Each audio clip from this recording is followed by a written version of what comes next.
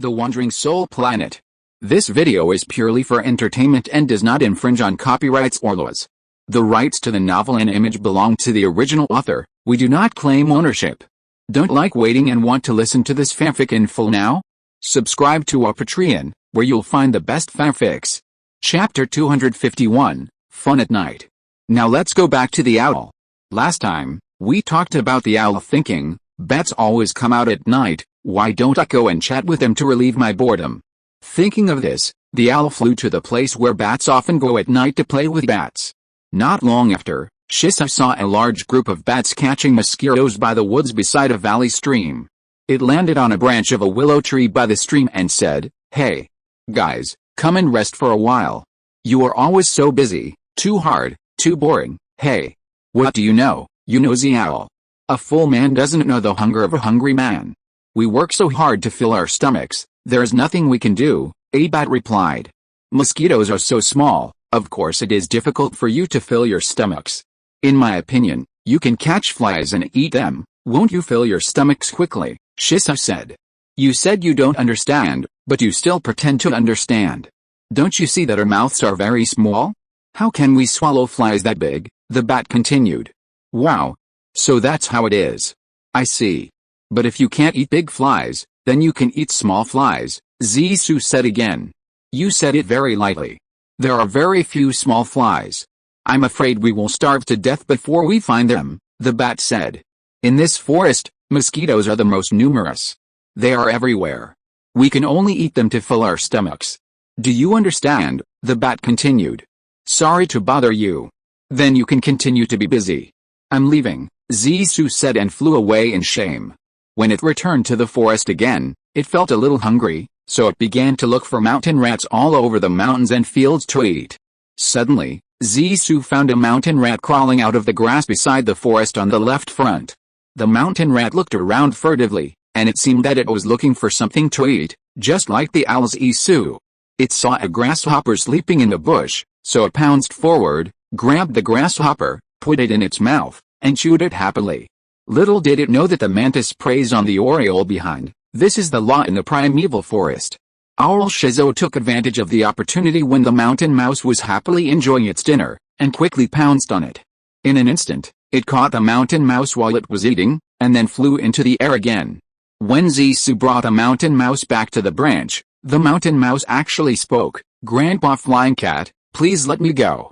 I'm a mountain mouse who is about to become a mother, and I've been pregnant for quite some time," Zisu asked in confusion. "Why can't I eat pregnant mountain mice? Where is the law and regulation for this?" the mountain mouse said. This, it should be stipulated by the king of the forest. Because all pregnant animals belong to the vulnerable group, they are important members responsible for the continuation of the population, and should be protected. Otherwise, there is a threat of genocide. Think about it, if our mountain mice are all extinct, where can you find mountain mice to eat? Zisu thought about it and felt that what it said made sense, so he said, "I didn't expect that a small female mouse like you can be so eloquent. It's not simple. Can you tell me your name?" the mountain mouse said. "They call me Angry Fox Mouse, which means that my IQ is higher than that of foxes, and I can make foxes angry to death." Zisu smiled and said, "That's interesting. I hope you can only make foxes angry to death, and don't use tricks to make me angry, otherwise, you will die miserably." "Do you understand?" the mountain mouse said. "I know. Grandpa Flying Cat's words are the imperial decree. Who dares to disobey? Don't you want to die?" "I dare not deceive you at all," Zisu said. "I'm glad you know. I hope you can be yourself. I will let you go today. Go away." After that, he flew down from the tree and let the female mountain mouse run away. In this way, the owl Zisu had to find other mountain mice to eat. It wouldn't be hungry if he didn't eat. Not long after, Zisu caught two stupid mountain mice that didn't know how to speak and beg for mercy, and ate them. At least he filled his stomach. After dinner, Zisu had nothing to do and felt very bored. This life was too monotonous and unbearable. So, he flew around and wandered around in the forest. When he wandered to a dense forest, he heard the quarrel between two owls. He thought it was very interesting, so he flew over to see what was going on. When he flew closer, Zisu was stunned and shocked. It turned out that this was a two-headed female eagle. At this time, The two heads of the owl started to quarrel with each other because of disagreement. Head A said, I don't like the big stupid guy you said you like, so I don't want him to get close to me. Head B said, then I don't like the short sweet potato you said you like, and I won't let him get close to me. Head A said, the boy I like is not tall, but he is very smart. You can't just look at the height of a person, you are really an idiot. Head B said, you are an idiot. I feel uncomfortable just looking at the short sweet potato and I can't eat. Will you be satisfied if you starve me to death? Head A said, hey. Why would I want to starve you to death? What good will it do me if you starve to death? You are really wrong. Head B said, since you don't want to starve me to death, then drive that short potato away. Head A said, aren't you being unreasonable? When Zissou saw the two heads arguing, he went up to try to smooth things over and said, hey. I think you two are both stupid. Why don't you both accept each other's partner? Wouldn't the problem be solved? The two heads said in unison, no. We can only have one. A woman cannot serve two husbands. This rule cannot be broken. Zissou said, oh. You are such a blockhead, so stubborn. I think if you keep arguing like this, there will never be any result. Head B said to Head A, then what should we do? Head A said, yes. I don't like fools, and you don't like ugly guys. Our respective views are too far apart. It's really troublesome. Head B said to Zissou politely, sir, do you have a better way? Zissou said, there is another way, but it requires your patience. The two-headed owl asked hurriedly, what's the solution? Tell me quickly. The owl is really worried to death, Zissou said. In fact, it's useless for you to be anxious. The most important thing is patience, understand? It just requires you two to find an eagle that everyone likes. Head A said, after all this fuss, it turns out that all you said was nonsense. I thought you had some clever tricks, but it turns out to be just like this. Zissou said, did I say something wrong? Chapter 252, Shizo Love. Head A said, you are right. But we have already tried your idea. It's difficult. Think about it, there are not many owls in the world, so it will be difficult to find one that both of us like. Zissou persuaded, if you don't try hard, how do you know it's impossible? You need to keep trying to find it. Otherwise, one of you must compromise and accommodate the other. There is no other way. Head A asked Head B, are you willing to compromise and accommodate me? Head B said, of course I don't want to. Who wants to stay with an ugly monster every day? It's so annoying. Then are you willing to compromise and accommodate me? Head A said, I don't want to either. Who wants to stay with a fool all day? It's so boring. Finally, Heads A and B had to say in unison, it seems that we can only act according to the second plan. Oh. This is too difficult, Zissou said, this is called you deserve it. It's your fault that you two don't know how to behave and never understand each other's difficulties. Head A said, my little sister has been at odds with me since they were young. She always likes to contradict me. We are both so miserable. There is really nothing we can do about it. Head B retorted, sister, it is you who likes to contradict me, why do you always blame me? Head A said, look, she refutes almost everything I say. There is really no way to deal with her. Zissou said, it seems that I can't help you two. Well, I'll leave first. Head A said, sir, please wait a moment, don't leave yet. What is your name? Zissou said, just call me Zissou. What do you want me to stay for? Head A said, Mr. Zissou, are you married? Zissou said, not yet. Why are you asking this? Head A said, I think you are a good person. How about we make friends with you first?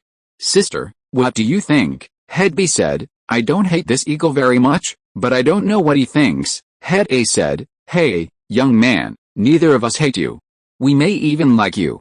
How about we just be ordinary friends first? Zissou didn't understand what was going on and asked, what kind of friends? Head A smiled and explained, hey, you idiot. Just now, you seemed quite smart. Why did you suddenly become stupid this time? What my sister and I mean is that we can treat you as a partner first and see how it goes. If it's a good match, we can take it a step further. If not, we can break up immediately. What do you think? Zissou was shocked and asked quickly, isn't this too funny? The matchmaker? No, it should be the matchmaker, introduce others to partners and even get myself involved. Isn't this a joke? Aren't you two just teasing me? Head A smiled and said, how is this teasing you? Think about it, you can find two wives at once. Just be happy, Zisu said. But, you two shouldn't share the same body, right? Head A said helplessly. There's nothing we can do. This is God's will. Maybe it's to save food, or maybe we two sisters were enemies in our previous lives and can't be separated in this life, Zisu said. But, then again, after finding you two, I will never be lonely again. I just want peace and quiet, Head B said. Don't be so conceited. We haven't agreed to be your wives yet. We just want to be ordinary friends with you now. Don't be too happy too soon, Zisu said. Then what should I do to win the favor of you two girls? Head A said. First of all, we have to see if you are sincere in treating us well and will not despise us as deformed monsters. Secondly, I also want to see if your IQ meets my requirements. I don't like fools, Zisu said. Then you set the questions. You can test me however you want. Anyway, if I can't answer, I'll just run away, Head A said. Why do you have such an attitude? You are slacking off, do you know that? I didn't say I would let you go, but you can't leave. A man should be responsible. Do you understand? Zisu said. Okay then. Go ahead and I'll listen carefully, Head A said. Once upon a time, there were 10 birds on a tree. Zisu immediately said, stop. Let's not do this kind of question for kindergarten kids, right? Head A said. It's not a low IQ. Let me try another question. It can fly but it's not a bird. It looks like a mouse but it's not a mouse. It hides in the dark during the day and catches pests at night. What is it? Zisu said without hesitation. It's a bat, Head A said again. You're right. Why did a strong duck drown in the creek? Zisu replied. It couldn't think it over and committed suicide. No mistake in one poem, one post, one content, one book, one forum, 1619. Head A said. That's right again. Monkeys can break 1 corn per minute. In the orchard, a monkey can break several corns in 5 minutes, Zisu replied. Of course, 5, Head A said. Wrong. I didn't break even 1. Didn't you use your brain? Zisu asked puzzledly. Why? Head A said. Because monkeys are impatient, it is impossible for them to break several corns in 5 minutes. Next question. Cows are called calves when they are young, so what should rabbits and turtles be called when they are young? Zisu replied. Rabbits and turtle sons, Head A said. That's right. There were 3 geckos crawling on the wall. Not long after one gecko fell down, the other 2 also fell down. What happened? Zisu thought for a while and replied. Because one was dozing off, the other 2 clapped their hands and cheered, and fell down as well, Head A said. That's right. You finally used your brain. Your brain is not that stupid. The last question. A scorpion and a crab are playing rock paper scissors. Why can't they decide the winner after 2 days of guessing? Shisa replied. They can only use scissors, right? Head A said. Yes. You only got 1 question wrong. You barely passed. Next, it depends on how diligent you are. Suddenly, Head B said. Just now, we were just arguing. Now, I feel a little hungry. Shisu, please catch a mouse for us to eat. You must behave well if you are afraid of loneliness, Shisa sighed. Oh. Look at me, a poor nosy person. No, a poor eagle, Head A said dissatisfiedly. Oh. Are you complaining about such a small thing? Go quickly, don't let us down, Shisa Owl said okay, and flew away obediently to catch mountain mice. Chapter 253, Defeating the Love Rival. While the purple shizo was not staying, Head A asked Head B, Little sister, what do you think of the purple shizo? Are you satisfied with it? Head B said, I can't say I'm satisfied. It's just so-so. I always feel that it's not as handsome as the tall owl. Head A said, don't be so picky. It's so easy to find a partner that both of us are willing to accept. This is a gift from God that pities us and specially gives us. Don't let God down, do you hear me? Head B said, oh. It's my bad luck. How can I not agree to you? Who made us conjoined owls? Not long after, the purple shizo owl was heard flying and calling, Sisters, look, I caught 2 mountain mice for you two. You two will have a share, no need to fight over it, Head B said. Wow. You are great. I didn't misjudge you. Bring it here for me to eat, Head A said unhappily. Little sister, did you say it wrong again? The purple shizo was left by me. How come it is your credit now? Zisu said. You two are both right. Stop arguing. Otherwise, I can't stand you. Oh. I forgot to ask what your names are, Head A said. My name is Liangjin, and my name is Mijing. Zisu said, "Good names. Who suggested you to choose them?" Headbee said, "Of course it was my father." "My father was once the chief of the owl tribe?" Zisu asked. "Do owls have tribes?" "This is the first time I heard of it," Headbee said. "Of course. When our owl tribe was at its most prosperous, there were hundreds of owls." Zisu sighed. "Hundreds of owls gathered together, what kind of scene would that be?" "It's unimaginable." That evening, suddenly, two owls, one tall and one short, flew from somewhere else. The tall one was taller than Zisu, and the short one was much shorter than Zisu. As soon as Zisu saw them, she knew that it was the old lover of Liangchen Mijing, the two-headed owl. Sure enough, when the tall owl saw Mijing, he shouted, "My little darling." When the short sweet potato owl saw Liangchen, he said, "My big moon, I miss you so much." When Liangchen saw the short sweet potato, he had to smile bitterly and said, "I say, sweet potato, don't come, we already have new partners." When Mijing saw the big fool, he lowered his head in shame and said, "I'm sorry. I've let you down." The short sweet potato and the big fool asked in unison, "Why?" Liangchen and Mijing almost simultaneously looked up and pointed at Zisu and said, "Our new partner is Mr. Zisu." The short sweet potato and the big fool turned their heads to look at Zisu at the same time, and said angrily, "Boy, don't you want to live?" Zisu said disdainfully, "You two should be more polite." "Who doesn't want to live?" the big fool said arrogantly. "If you want to live, why do you come to steal someone else's wife?" Zisu said, "Silly guy, stop talking nonsense. Are you married? Has she admitted that she is your wife? Do I need to compete with you for her?" "She doesn't want you at all," the silly guy said angrily. "Who said they don't want me? I have already dealt with half of it, and the other half will be dealt with sooner or later. It's just that you, a bastard, got in the way and almost ruined my good thing." Upon hearing this, Liangchen immediately retorted, "Silly guy, stop talking nonsense here. My sister didn't agree to you at all, and I will pay even less attention to you." "Don't dream," Zisu said. "Did you hear that? Boy, you are wishful thinking and self-indulgent. Do you understand?" the silly guy said angrily. "Bastard, stop showing off here. If you have the guts, fight with me here. If I lose, I will leave immediately." "How about it?" 69 Zisu said, "Talking big is not a skill. If you have the guts, then do it. However, I'll make it clear in advance, I'm the big bird king of the blue forest. Think carefully before you fight me." When the big fool heard this, he shuddered all over and thought, "I'm in trouble. I'm afraid I'm going to be unlucky today. How come I accidentally met the martial arts champion Big Bird King? However, if I withdraw now, it will be too embarrassing, and won't my plan to pursue good times and beautiful scenery be ruined? It seems that I have no choice but to bite the bullet. Since I want to fight, I'd better strike first and then I'll suffer." Thinking of this, the big fool suddenly pounced on Zisu, wanting to make a surprise attack in order to make the final decision. It suddenly stretched out its two claws to grab Zisu's eyes, trying to blind Zisu's eyes to take the initiative. However, Zisu's current body is the big bird king Dao Menzi, but his soul is the little bird king, and his kung fu is only higher than Dao Menzi. Zisu just shook her shoulders and hud slightly, avoiding the big guy's sneak attack. Then, she used the move flying over Yinshan Mountain and the move white crane spreads wings to grab the big guy's neck with her two claws from the side and back, and immediately subdued him. Then, Zisu asked, "Do you still want to fight with me? If not, nod your head.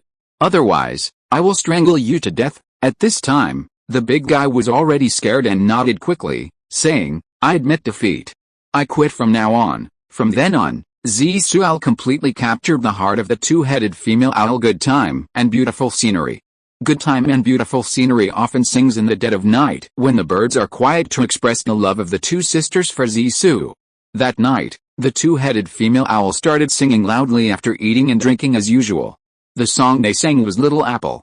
"You are my little apple. I can never love you enough. Your rosy face warms my heart and lights up the fire of my life. You are my little apple, just like the most beautiful cloud in the sky. Spring is here again, and the flowers are blooming on the hillside. If you plant hope, you will reap it. I never hate you. I like everything about you. Every day with you is fresh. The sun is brighter with you. The night is not dark with you." Just when the two of them were singing enthusiastically, an owl with a shifty look flew in from somewhere and said in a strange voice, "Hey, two beauties, please stop. Don't you know that you are both singing out of tune? Chapter 254, Singing Out of Tune. Lianchen and Mijing looked at each other in confusion, then turned to look at the uninvited guest and asked at the same time, "Do we have any?" The Parula Owl interrupted, "Where did you come from, you wild boy? Are you bored and come here to make trouble?" The wild owl quickly explained, "I'm not here to make trouble, I'm here to correct them. They did sing it wrong. They sang Little Apple is little but. Did I hear it right? Two beauties, ah. So that's the case," Lianchen said with sudden enlightenment. "It's not our fault. We are not academicians, at most we can only be considered wild people. What's more, we don't even know the five-line music," Mijing also said. "We can't even recognize the simple music notation. We can't tell the difference between a few beats and E major, E minor, etc. That's outrageous." "In that case," the wild owl said in great shock, "you two still dare to sing. I'm really impressed by you. You can be a singer even if you don't know the musical notation and the simplified musical notation. Some birds can still be famous even though they don't know the musical notation and the simplified musical notation." Lianchen was dissatisfied. "Who? Can you give me an example? Do you really need to give me an example?" "No, it will offend the birds. Even if you two don't know the musical notation and the simplified musical notation, you shouldn't sing out of tune. You can still be a superstar even if you sing out of tune. I know several birds that have become superstars even if they sing out of tune. Some are even idols." "Who? Can you tell me their names? Do you really need to give me an example?" "No, it will offend several famous birds." "Oh, it's okay that you two don't know the musical notation and sing out of tune, but you are so ugly, with one body and two heads. It's incredible. Can't sing because you are ugly? I know many ugly birds that have released new albums. And they are selling well." "Who? Can you give me an example? Do you really need to give me an example?" "No, it will offend many crooked birds." "Oh, tisk. You are so bad and yet so pretentious. You are simply an unreasonable monster. I don't want to bother with you. I'm leaving first." As soon as the voice fell, the uninvited guest turned around and ran away. Ha ha, ha. Seeing this, good time and beautiful scenery couldn't help but laugh. "That's a scrambled egg bird, ignore it. Let's sing our own songs," Zisu encouraged them. "You two are singing for me, it's none of other birds' business. As long as I like it, it's okay to sing." "Sister, I think we should stop singing," Mijing said a little gloomily. "We did sing wrong just now. It's embarrassing when I think about it." "Why? Why are you embarrassed?" Lianchen frowned to show his confusion, and then said, "Didn't I say it just now? There are many famous birds who sing out of tune, and some of them are still singers and idols. What are you afraid of? As long as Zisu likes to listen, let's just sing." "That's not what I meant." Mijing lowered his head and whispered shyly, "I mean, we share a body, a butt, which means that you and I only have half a butt, which is no different from a small butt." "Oh. So that's it," Lianchen suddenly realized. "Okay then. If you don't want to sing, then let's change a song." "Don't." Unexpectedly, Zisu hurriedly stopped her and said, "Don't say that you both only have half a butt. Even if you don't have a butt, I still like it." "Ah." The two sisters stared at Zisu in amazement. You are a psychopath, perverted or not, it doesn't matter," Zisu said shamelessly. "Anyway, you two will soon be my good wives. Since I love you too, I will love everything about you, including your strengths and weaknesses. Don't you think so, you?" The two sisters' eyes were immediately filled with tears, their faces were full of tears. They looked at Zisu affectionately and said, "We didn't misjudge you after all. It seems that you are a lifelong support." Seeing the excitement of the two sisters, Zisu finally couldn't help the excitement in her heart. She rushed up, hugged their necks tightly, and said gently, "Okay, don't cry, everyone. From today on, as long as I, Zisu, have a bite to eat, I will never let you go hungry. Please rest assured." "Yes," the two sisters nodded hurriedly, "we believe you. From now on, we two sisters will entrust our lives to you. You are not allowed to give up halfway." Just like that, from that night on, Zisu changed from a bachelor to a family-carrying bird, no, an eagle, an owl. Naturally, the buying vegetables and cooking was done by Zisu alone. Every night, as soon as it got dark, Zisu had to fly out of the home to catch mice. After finally catching one or two mice, of course, they could only let the good time and beautiful scenery sisters eat them first. After the two sisters were full of food and drink, Zisu could fly out again and continue to catch mice to solve her own stomach problems on the spot. No mistakes, one post, one content, one book, one forum. Almost every day, they repeated the same thing, except for the lovey-dovey and flirting. The days passed by like this, neither fast nor slow, neither salty nor bland, as if time had stopped. One day, suddenly, Zissou found that the two sisters were particularly picky about food. They were not interested in the usual staple food, mountain mice, and wanted to eat some mountain delicacies and sea delicacies.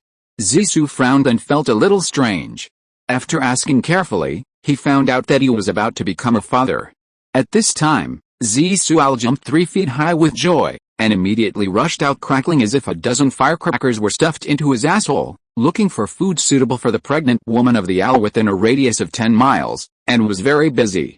Who knew that Zissou worked so hard to serve this two-headed owl pregnant woman but still failed to meet the requirements of good time and beautiful scenery? In the evening of that day, before the sun set, good time and beautiful scenery woke up from her sleep, yelling that she was hungry, and urged Zissou to find something to eat quickly. After rubbing her sleepy eyes and letting out a long breath, Zissou slowly opened her eyes and asked, "What's up? Why are you hungry so early?" Mijing couldn't help but act coquettishly to Zissou. "Hubby, my dear husband. My sister and I are pregnant with babies now, and our stomachs get empty quickly. Look, I'm woken up by hunger now. For the sake of our future children, please take a little extra effort and quickly get us some delicious food. The mountain mice and other nocturnal animals haven't come out yet, there are only rabbits and frogs." "What do you two want to eat?" Zissou asked with a headache. "We've eaten all the things you mentioned." Mijing lowered her head and thought for a while, then raised her head, stared at Zissou without blinking and said, "What I want to eat the most now is fish. After all, we have never eaten fish before. I heard that fish is delicious." Chapter 255, Learning to Catch Fish.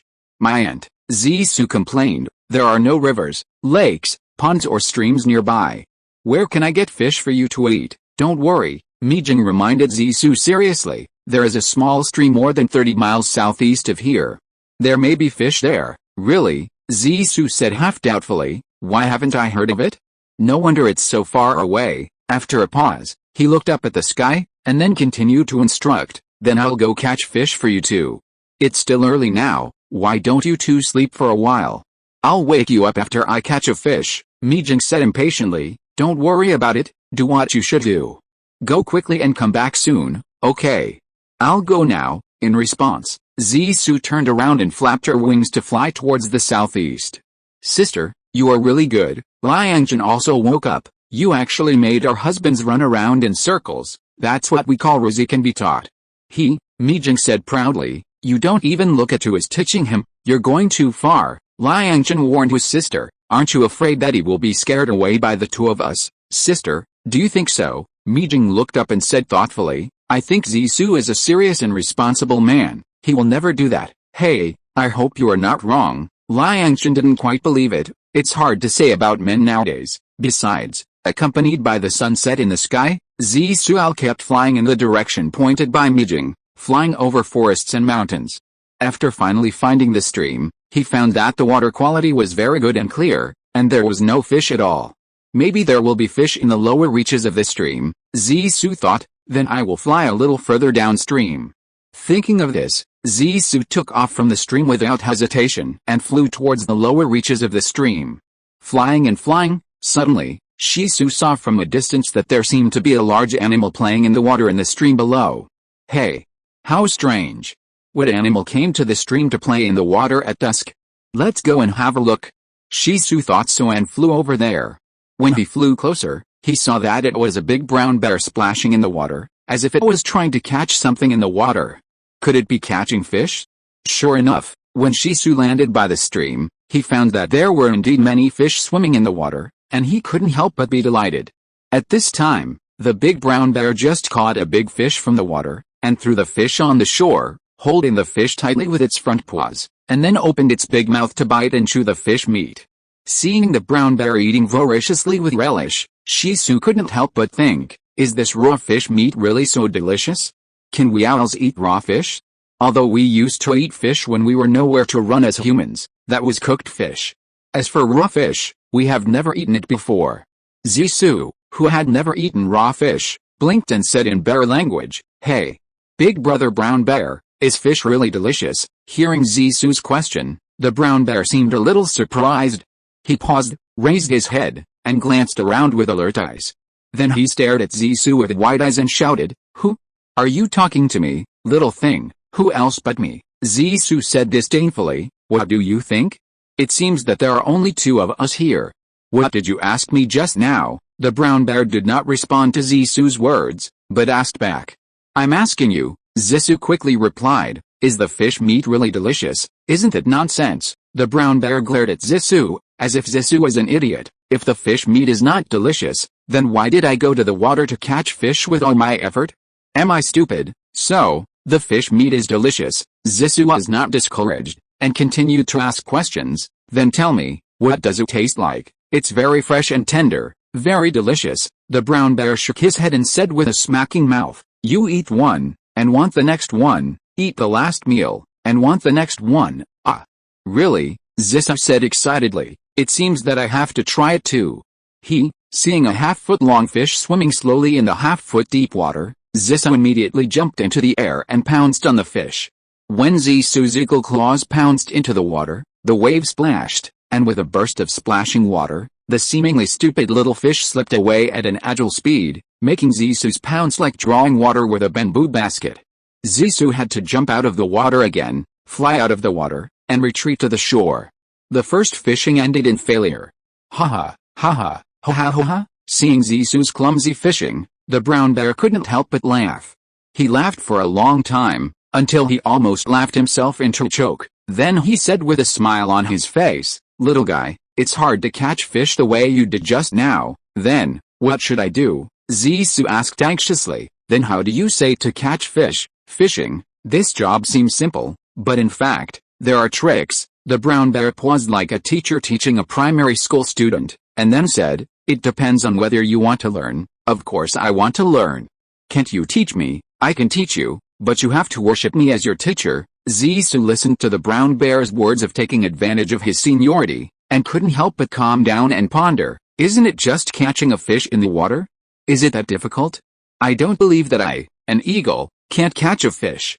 By the way, isn't there a saying, fishing in troubled waters? I'll muddy the water first, and then go fishing, isn't it?" Thinking of this, Zisu said unconvincedly, "I can still catch fish without anyone teaching me." As soon as he finished speaking, he flew towards the place where 3 or 4 half-foot-long small fish gathered. As soon as he jumped into the water, Zisu used his 2 eagle claws to flutter non-stop, raising a lot of water, trying to muddy the water here. After a while, when he stopped flapping, he looked down and found that the water was only a little turbid, but there was no fish, and they had run away long ago. It turned out that this was a stream, the water was flowing, and the bottom of the water was almost all pebbles of various sizes. It was difficult to muddy the water here. Even if you muddy it for a moment, it would be washed away by the current in the blink of an eye. Seeing such a result, Zisu couldn't help but feel discouraged. He flew back to the shore with a dirty face, trembling all over, shaking off the wet water drops on his body. From then on, Zisu no longer dared to regard catching fish in the water as a simple matter. Chapter 256 Greediness Leads to Trouble. Seeing the dejected look of Shizuo, the brown bear couldn't help but said smugly, "Now you know? Catching fish may seem simple, but it's not. Do you still want to learn? If you want to learn, call me master right away." Shizuo was completely out of temper this time. If he didn't learn, he would definitely not be able to catch fish, and if he couldn't catch fish, he couldn't complete the task assigned to him by good time and beautiful scenery. Did he have any other choice now? No, absolutely not. So, Zisu had no choice but to nod to the brown bear and shouted, "Master, please teach me how to catch fish." Disciple is willing to learn with an open mind. The brown bear immediately smiled and said proudly, "My dear disciple, Master will teach you right away."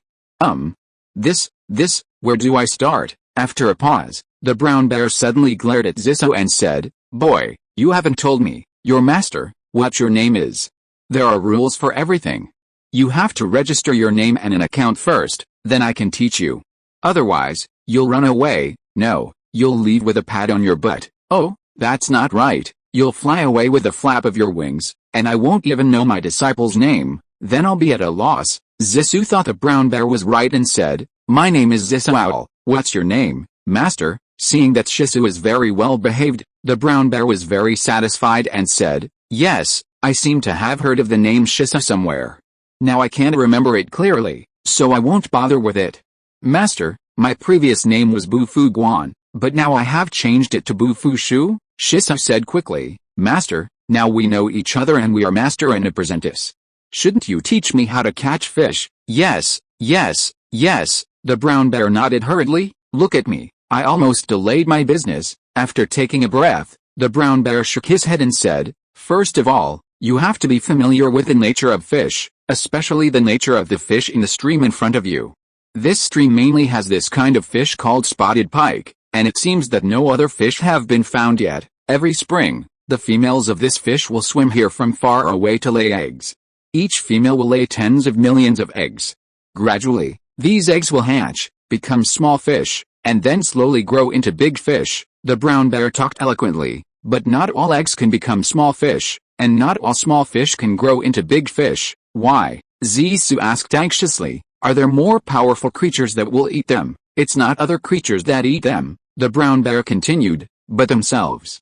First, the female fish will eat some of the eggs and small fish when they are hungry. When the small fish grow into big fish, if there is no or lack of other plankton, the big fish will eat the small fish.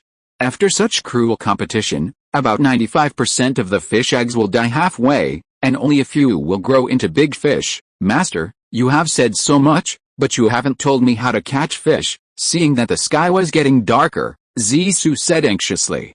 "Don't be in a hurry," the brown bear said slowly. "I have a bad memory. If you interrupt me, I will—" "Where was I just now?" Just now, Zisu blinked and said cunningly, "You just talked about how to catch fish." "Catching fish? Did I really talk about catching fish just now?" the brown bear said half doubtfully. "Yes, I did talk about catching fish." "In that case, then let me talk about how to catch fish. First of all, you must figure out what the fish is doing at the moment, whether it is playing, looking for food, or eating. Why is it so troublesome? Is there any particularity? Of course, if you don't figure this out, it will be difficult to catch fish. Because fish are least vigilant when they are eating, and most vigilant when they are playing." Just when Zisu and the brown bear were seriously learning the skills of catching fish, something happened here at the double-headed eagle. Good time and beautiful scenery. Not long after Zisu left, Mijing said to her sister Liangchen, "Zisu is fishing now, and we don't know when he will be back. Why don't we go for a walk outside for a while?" "Sister, what do you think?" "I don't think it's a good idea," Liangchen said disapprovingly. "What if Zisu comes back early and doesn't see us and gets anxious?" "It's better to make him anxious," Mijing said self-righteously. "This will make him care about us more. Isn't there a saying that what is lost is the best?" "Ah, there is such a saying. Why haven't I heard of it?" Liangchen said, not quite understood. "You are not talking to yourself, are you?" "How can it be talking to yourself? I learned this from others. It's not my original creation," Mijing hurriedly defended herself. "Well, I'll believe you this time." Liangchen couldn't persuade her sister, so she had to compromise. "But, don't go too far." "Okay, no problem, let's just take a walk around here." As soon as she finished speaking, Mijing flapped her wings, forcing her sister Liangchen to flap her wings on the other side and fly out of the woods. After leaving the woods, they came to a bush in a wetland. Looking at the red sun that was about to set in the colorful clouds in the sky, they couldn't help but be stunned, or rather, they were stunned by the beautiful scenery in front of them. 1 wrong 1 post 1 content 116191 book 1 bar look. Suddenly, they heard a rustling sound behind them, and quickly turned their heads to look, and found that it was 2 little snakes playing and fighting, and they felt very curious. So, they turned around and watched carefully. The more they watched, the more excited they became, and the more interesting it became. "Sister, do you like to eat snake meat?" Mijing said suddenly. "I think snake meat is delicious. I want to eat snake meat now." "You mean we should catch these 2 little snakes in front of us and eat them now?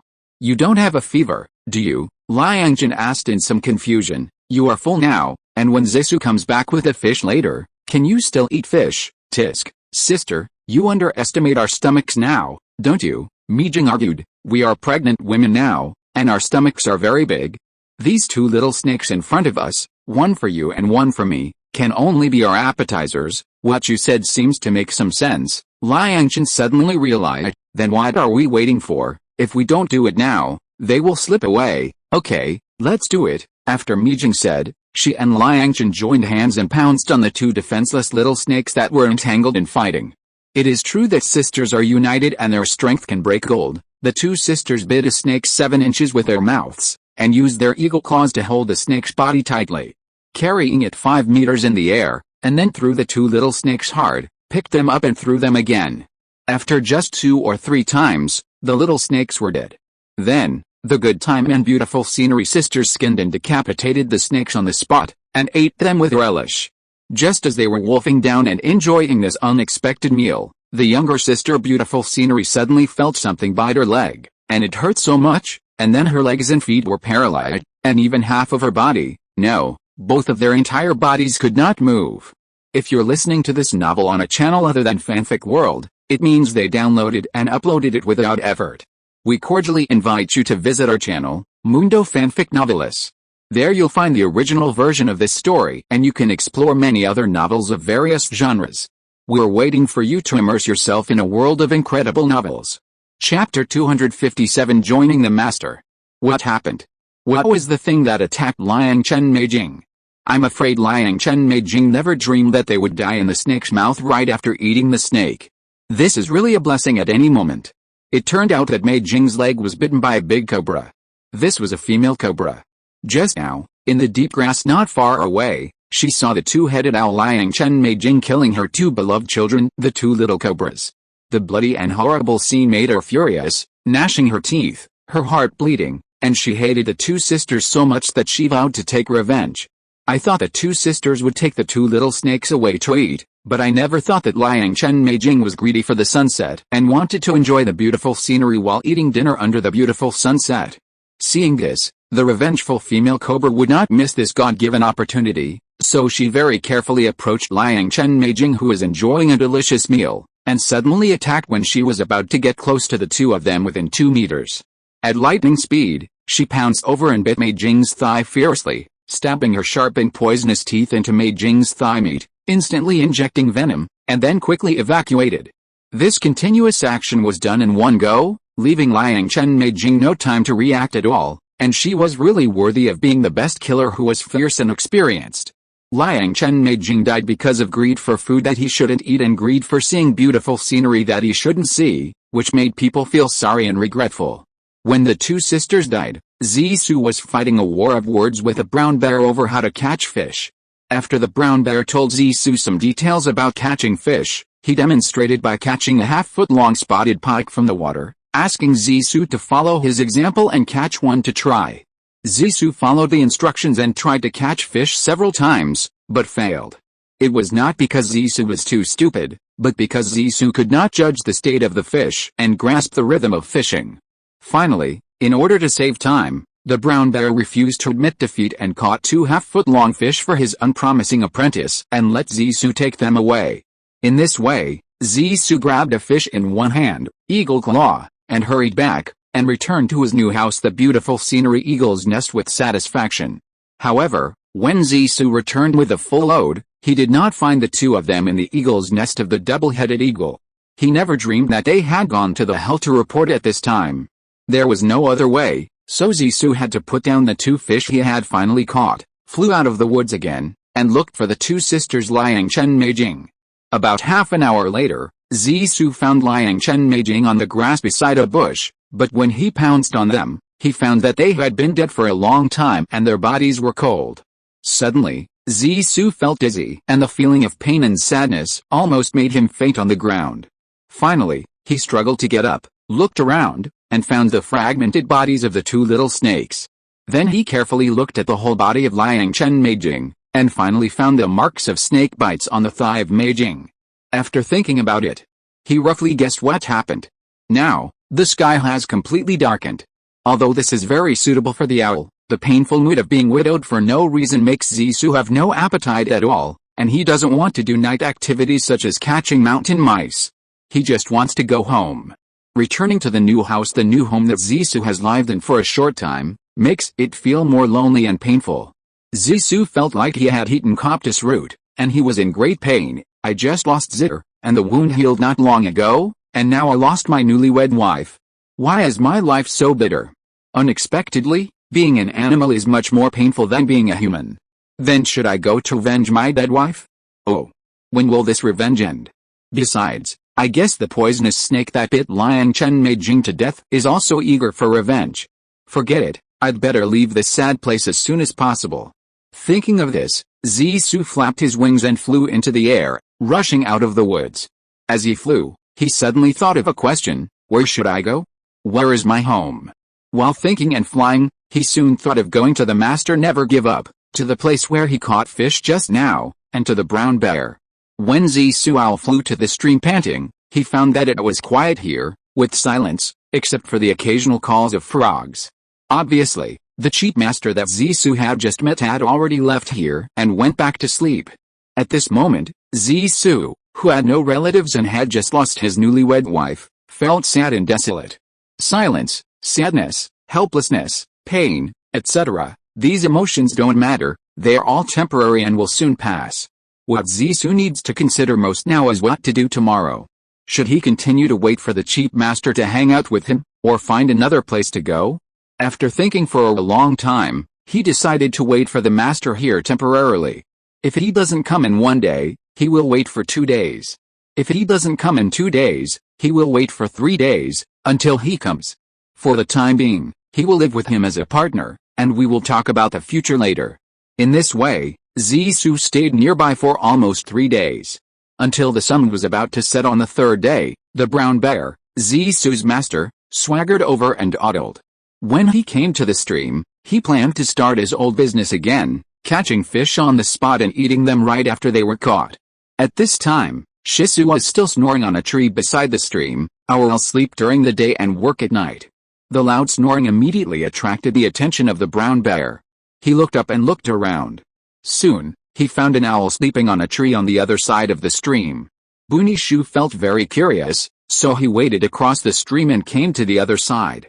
He walked under the tree, looked up, and took a closer look. This owl, how come it looks so familiar? I seem to have seen it somewhere. Let me think about it carefully. By the way, isn't this the new disciple I accepted here a few days ago, Shisu? Hey, look at my memory. I can't even remember the disciple I just accepted. Am I really old? Thinking of this, Bunishu raised his front paws, slapped the tree trunk hard, and shouted, Shisu, Shisu, get up, get up, get up and catch fish. No mistake, 1 post, 1 content, 1 book, 1 forum, 1 book. Ah. What? Earth, an earthquake? What should I do? The branches that were shaken by Buyishu woke up Zisu, who was dreaming. Perhaps she was meeting and hugging Zaire or Liang Chen Jing in her dream. This fright was quite serious. She thought there was an earthquake. Tisk, my disciple, are you really that scared? Seeing Zisu's ugly face, Buyishu said disdainfully, you are not pretending to be like this on purpose to tease me, are you?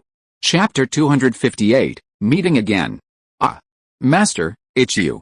It turns out that it's you, Master. Seeing Buyishu, Zisu said with relief, hey.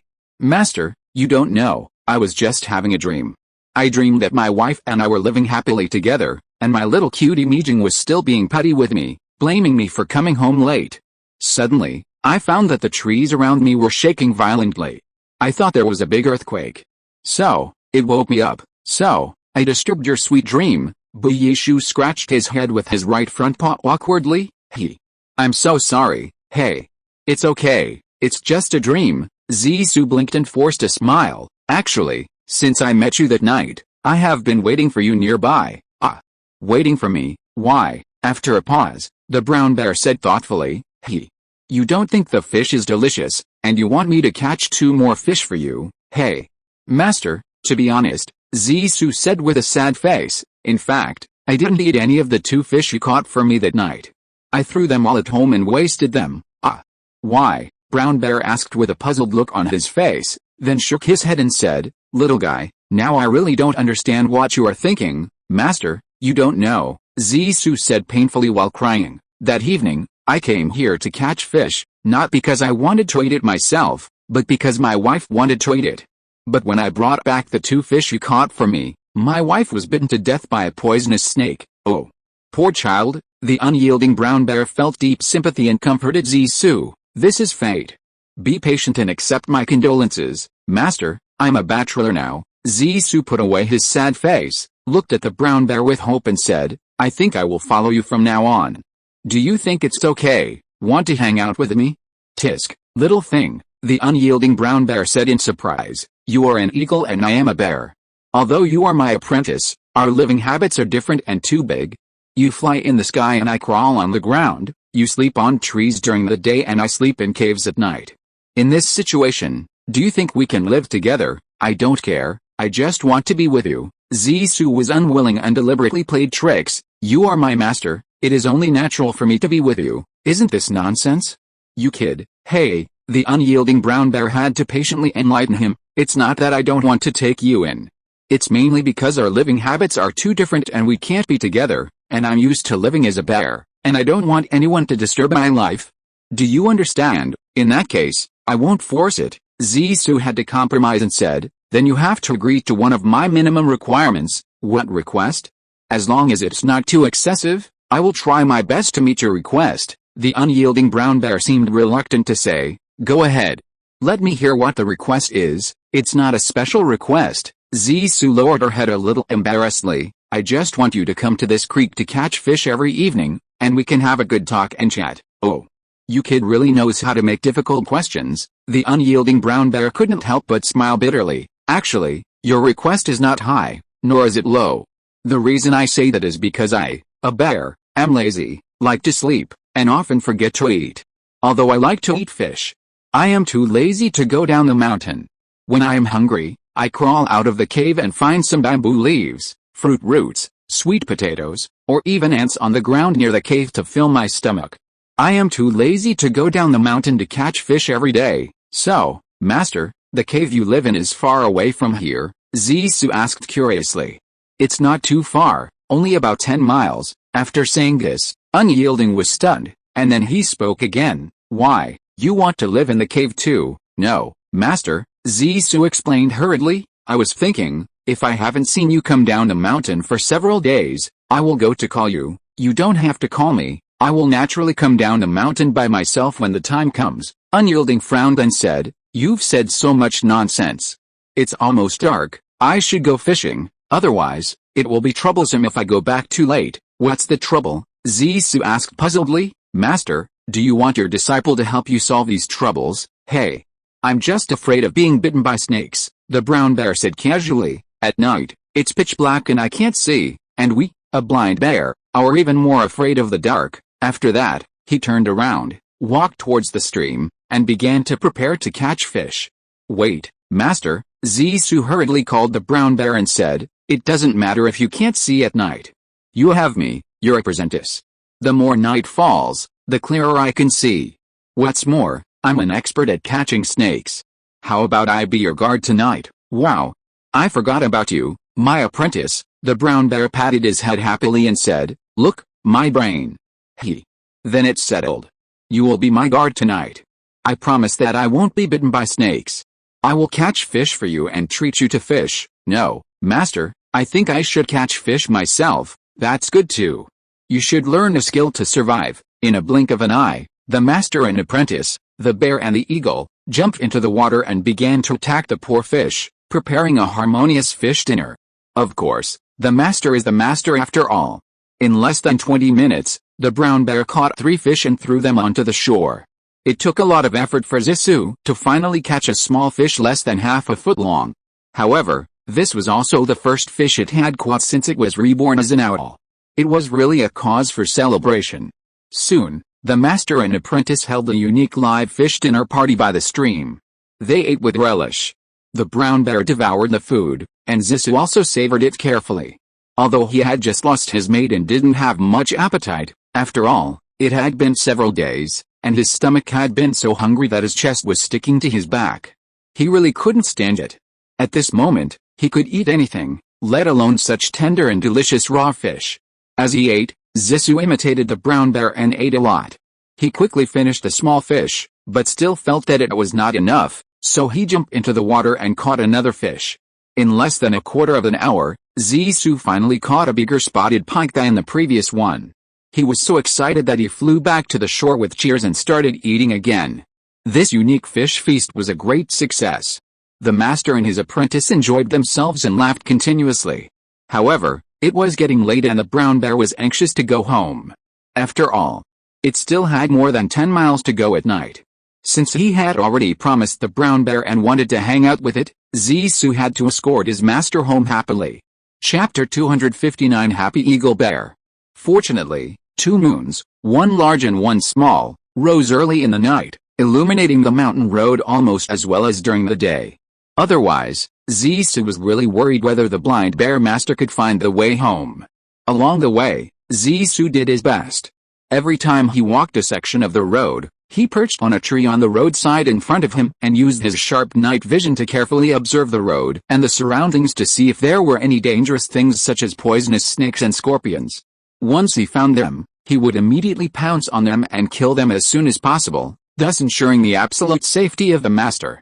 In this way, under Zissou's careful protection, the brown bear walked back to his cave without any danger. If there was no Zissou owl, the brown bear could basically walk back slowly, but he would have to be nervous and make a loud noise to scare away dangerous animals such as poisonous snakes. Zissou did not follow the master into the cave where he lived, because there was no need to enter the cave for the time being. He had to go out to find food to fill his stomach at night. If winter came, he might go into the cave to keep warm in order to avoid the cold. Just because it wanted to rely on its master, it temporarily settled down near the cave, catching mountain rats and snakes in the nearby woods at night, and sleeping and resting on a tree during the day, as if it had become a loyal bodyguard of the brown bear. However, Zissou's master, the brown bear, was just the opposite. He slept in the cave at night and came out to hunt during the day, almost the same as primitive humans. On this day, when the sun was about to set, Zissou woke up early from a big tree outside the cave. It might be that he woke up hungry because he caught too few prey last night, or it might be that the brown bear made too much noise at the entrance of the cave and woke Zissou. In short, when Zissou woke up, he saw the brown bear jumping, kicking, hitting, rolling and crawling near the entrance of the cave not far from the tree, as if doing some unknown exercise, or as if practicing some kind of kung fu. Zissou was very curious, and quickly opened his eyes wide and stared at the brown bear without blinking, watching its performance with great interest. Hey! You know what? This brown bear really showed a sense of professionalism when performing. He practiced every move very hard and seemed to be quite good at it, just like the ancient knights practicing martial arts, except that it seemed a little clumsy. Especially when it was practicing handstand, it put its front paws on the ground and its hind legs facing the sky, walking upside down on the ground. Sometimes, its hind legs kicked back and forth, making it look very much like a toad, which was very interesting. This is very similar to the toad kung fu of Wu Yang Feng, the Western poison in the legend of the Condor heroes. Just as Zissou was watching in astonishment and full of interest, suddenly, the brown bear turned over and stood up. Then, it walked upright like a human, walked to a big tree, hugged the trunk with its front paws, and climbed up the tree. In a blink of an eye, it climbed to the top of the tree, grabbed the branches, and then suddenly let go and fell from the high branches, hitting the ground with its fat butt. It happened again once, twice, and 3 times, until it was exhausted and covered with shiny sweat. Zissou thought this master was so interesting. She didn't expect him to have such a unique skill. So she asked, "Master, what kind of exercise were you doing just now? Are you practicing like humans?" "What kind of practice?" the brown bear said with a look of disapproval. "I was bored and had nothing to do, so I came up with this entertainment activity." "Really?" Zissou was skeptical. "This is the first time I've seen such an interesting entertainment activity. It's a pity that I'm not a terrestrial animal and can't learn it. Otherwise, I would have to worship you as my master and learn these unique skills from you." "Hey, silly boy, you envy me, but I envy you too." The brown bear stood up, raised his head, looked at Zissou and said, "I dream of growing a pair of wings and flying in the blue sky. I really want to exchange wings with you now. But it's a pity that this is just a wishful dream. You really don't know how lucky you are." "Hey, master, you don't know. In fact, every family has its own problems," Zissou complained. "We eagles flying in the sky seem to have unlimited glory, but in fact, we have many unspeakable pains. Let alone the daily meal problem, we have to find and transport food by ourselves with great difficulty. Whenever we want to be lazy, we have to go hungry. In addition, The winter and rainy days alone make us feel like our days are long and unbearable. Not to mention that we have many enemies. Even our common prey, such as poisonous snakes, wolves, etc., are our enemies. If we are not careful, we will be killed while hunting. I never thought that you chosen ones also have so much pain. The brown bear couldn't help but say sympathetically. It seems that God is still relatively fair. Of course, flying eagles have their own pains, and tigers and leopards have their own troubles, Zissou agreed. The brown bear looked at Shisu, shook his head and sighed, lowered his head, turned around and walked towards the entrance of the cave where he lived. It was dusk again, the western sky was filled with haze, the light was hazy, far less clear and pure than the light in the morning. As the setting sun sank, the dust in the air seemed to sink as well, and the air gradually became cooler. At this moment, Shisu Owl, who loved to sleep during the day, just woke up, blinked its big round eyes, looked around, and found nothing unusual. It couldn't help but stretch a big lazy waist and yawned a big yawn. It wanted to sleep another full sleep so that it would be more energetic to catch mountain mice at night. But just as it closed its eyes, suddenly, a burst of panting sounds of animals running came from under the tree from far to near. Shisu couldn't help but open his eyes immediately and look in the direction of the sound. I saw Brown Bear running desperately in front, with a group of bees chasing him desperately behind him. It turned out that the brown bear master wanted to steal honey, so when he put his claws into the tree hole to take out the honey from the beehive, he angered a large group of bees and was chased and stung by the bees. Seeing the master's miserable appearance, Zissou couldn't help laughing, so he asked knowingly, "Master, why are you running? Have you done something wrong, you little brat? Don't gloat here." "Master, I just wanted to get something sweet to eat, but I didn't want to be chased and stung by this group of stingy ghosts. Tell me, am I unlucky?" No mistakes in one post. One content, one book, one forum, 1619, one book, one forum, one post. It's really unlucky. But the main reason is that greedy mouth. Don't be sarcastic, kid. Think of a way for the master to get rid of these plague gods. Master, it's easy. Can't you just run to the cave where you live? Don't come up with such stupid ideas. If I run to the cave, then can I still live in it? Besides, the cave is so narrow and there is no room for maneuver. Wouldn't it be even more impossible for me to escape? Chapter 260, A Hero Saves a Beauty. Well, how about you climb up the tree? If you climb up the tree, the bees won't chase and sting you. There are many leaves on the tree to help you block the bees, and you can also break off a branch and leaves to drive away the bees. What do you think of this idea? It seems that this is the only way. There is no better way at the moment. Then climb up the tree quickly. Don't hesitate, Zissou urged. Okay. I'll see which tree is big and has the most leaves. This tree seems good, so I'll choose this tree. I'll climb up now. Hi. Before he finished speaking, the brown bear hugged the trunk with all four limbs, and at the fastest speed, he slipped into the densest leaves and dared not come out. From then on, Zissou's master never dared to touch the beehive easily again, whether it was a wasp nest or a beehive. The sky went from dark to light, and then to bright blue, just like the process of processing a photo from dark to bright. The scene went from silhouette to clear, the night was about to fade, and the dawn was not yet clear, and the bright background was set against the outline of the black clothes.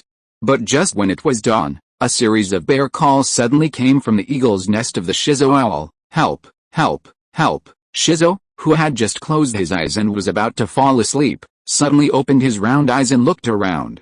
As the cry for help got closer and closer, Master Shizu, who was concentrating on doing morning exercises under the tree, couldn't help but turn around and look in the direction of the sound. He saw a large female grizzly bear running towards this side on all fours, and a huge male tiger chasing after it. Seeing that the mother bear was about to fall into the tiger's mouth and was in danger, a great sentiment of hero-saving beauty immediately arose in the brown bear's heart.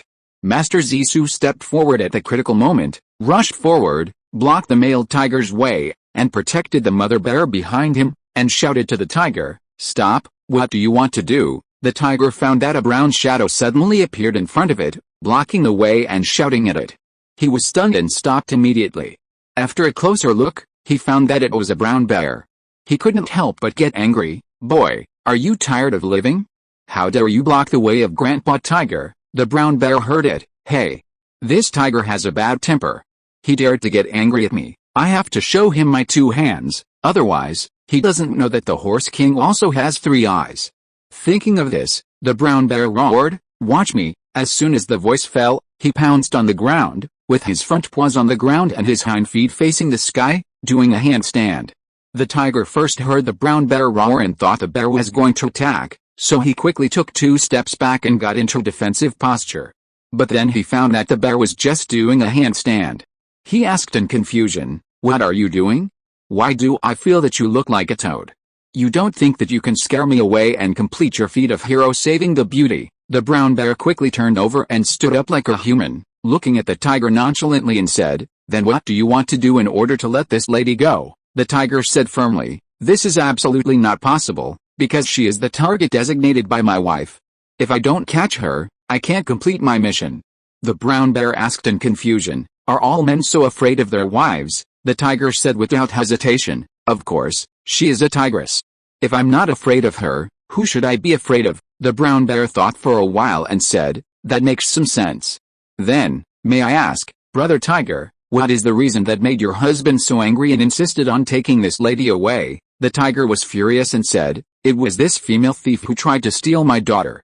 My wife was so angry that she ordered me to catch her and bring her back to die." The brown bear turned around and asked the female grizzly bear behind him, "Beauty, is that true? Did you want to steal someone's precious daughter?" Seeing this, the female grizzly bear hurriedly explained, "Don't listen to his nonsense, it's not the case at all. I didn't want to steal his second daughter at all. I just thought his second daughter was so cute and wanted to take her out to play." The tiger cursed angrily, "It's simply nonsense. My wife and I saw with our own eyes that she ran out of the cave with my second daughter in her arms. If we hadn't happened to come back and see her, her conspiracy would have succeeded." The brown bear scratched his scalp with his right front paw, paused, turned back and asked the tiger, "Is your second daughter still there? Is she hurt?" The tiger said with a somewhat unnatural expression, "Well, fortunately we came back in time and rescued the second girl on the spot. Fortunately, she was not injured, that's it." The brown bear spread his palms upwards and said kindly, "Since your second young lady is fine now, I think it's better to let the matter go. Brother tiger, for my sake, how about letting this lady go this time?" "No, we will never allow such a thing to happen," the tiger said relentlessly. "We have to kill the chicken to scare the monkey, otherwise, similar things will happen in the future. And next time, my baby may not be as lucky as this time." No mistake, 1 poem, 1 post, 1 content, 1 book, 1 forum, 1619. "You mean there is no room for negotiation?" The brown bear could not help but said angrily, "Don't give the monk face, give the Buddha face. I now formally request you to give up your unrealistic ideas. If I don't give up, what can you do to me?" The tiger raised his head and said arrogantly, "Although I am afraid of the one in my family, it does not mean I am afraid of you. You are so stubborn, don't blame me for being rude to you." Before he finished speaking, the brown bear suddenly kicked the tiger's head hard.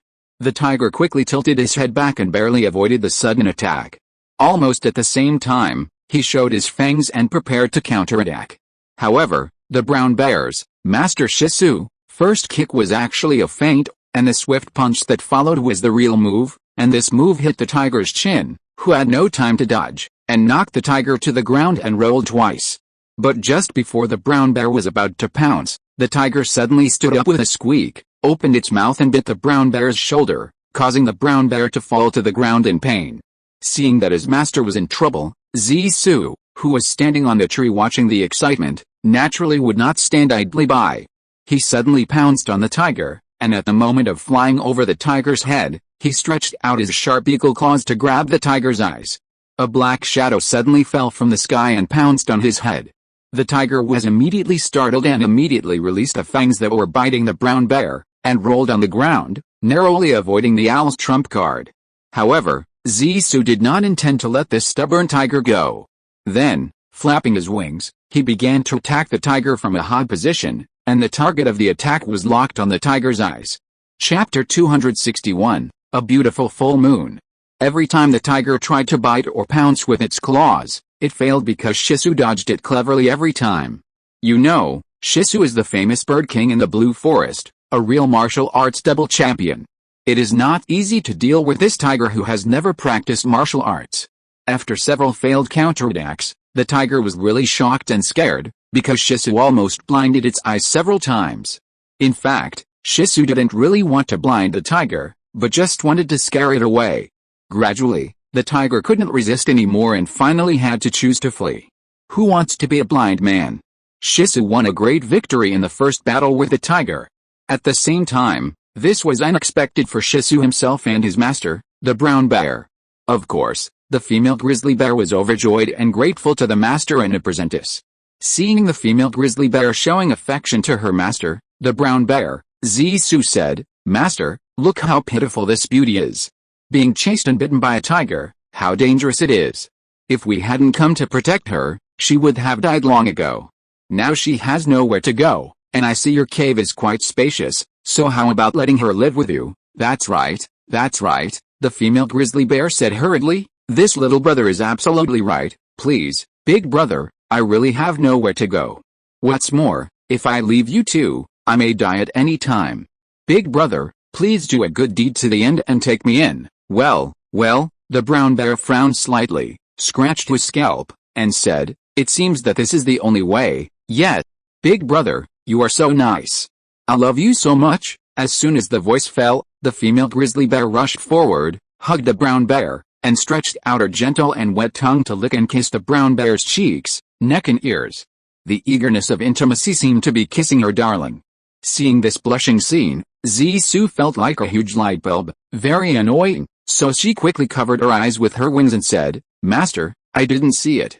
"You two can continue." The brown bear laughed and scolded embarrassedly, "Smelly boy, know the time and get out of here, okay?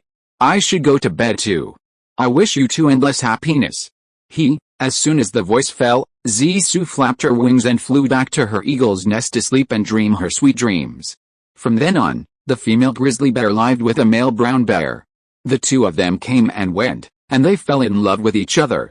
In addition, the female grizzly bear took the initiative, was enthusiastic, and her gentle offensives were fierce.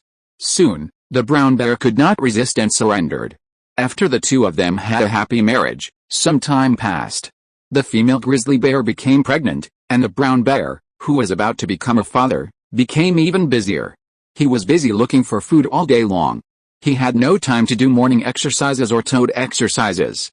A few months later, the female grizzly bear finally gave birth to a golden little bear baby, a little girl, with the same hair color as her father, the brown bear. This made the female grizzly bear very happy, and the brown bear also smiled with relief.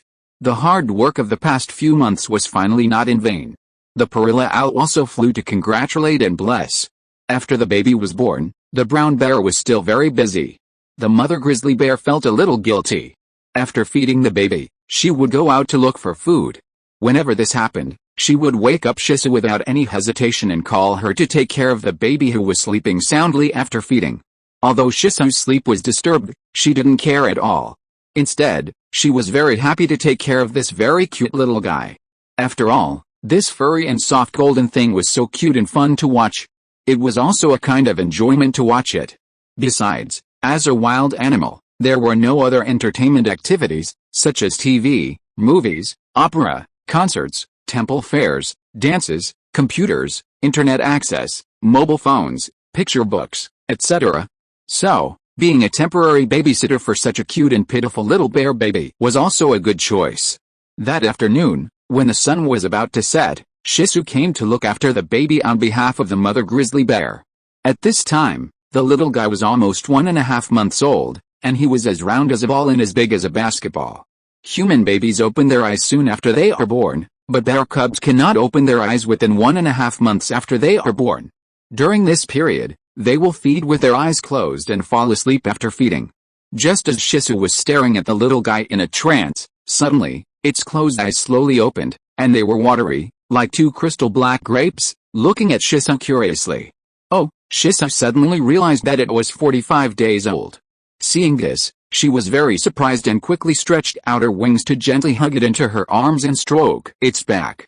The little guy curled up in Shih Tzu's arms docilely, and her warm mouth kissed and licked Shih Tzu's feathers.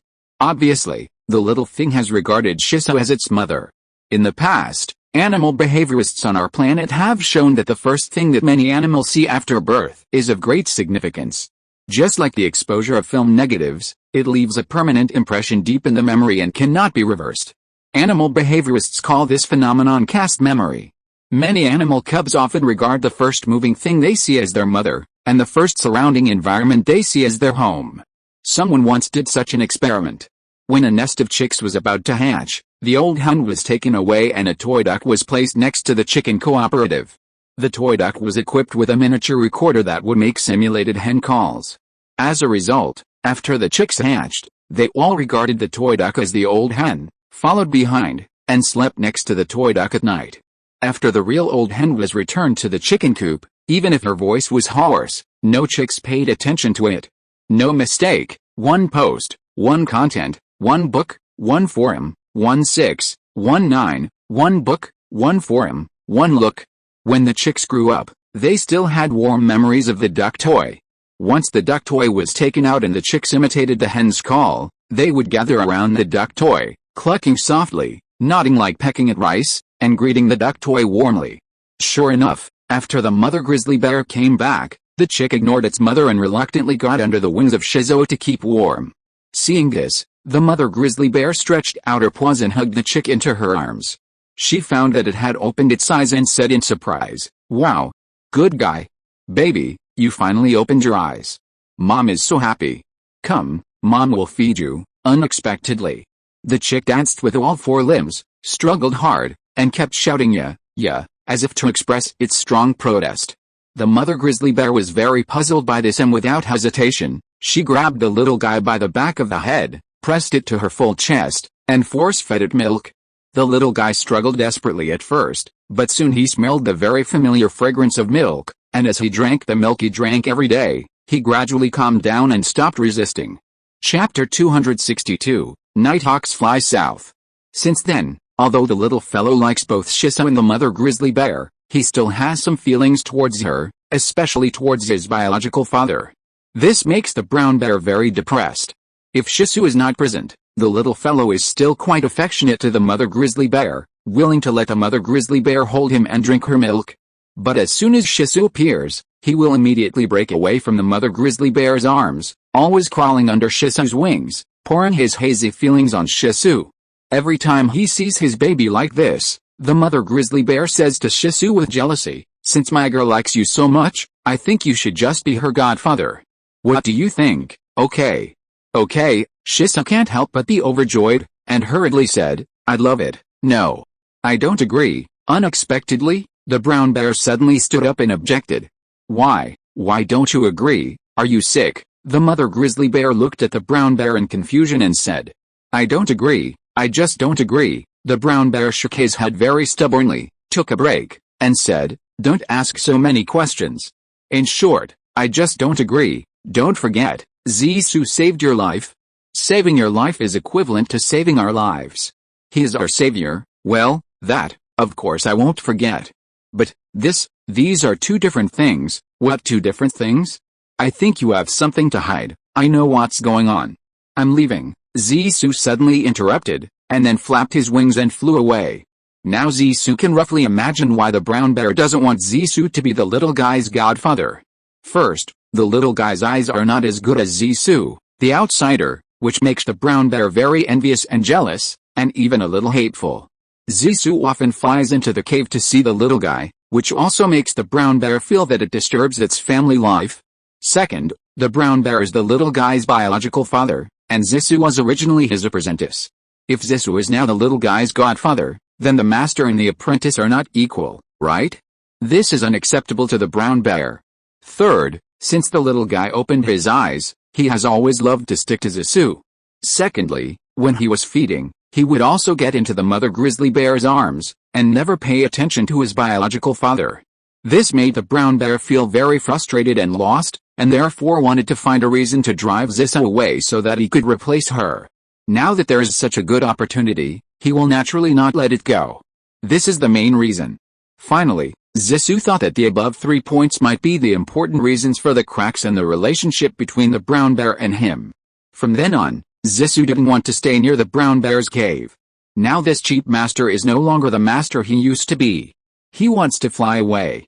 What's more, it is now past a mid-autumn festival and the weather is getting colder, It is time to leave here and fly south. Thinking of this, Zissou no longer hesitated. That night, he called twice at the entrance of the cave as a farewell, and then turned and flew south.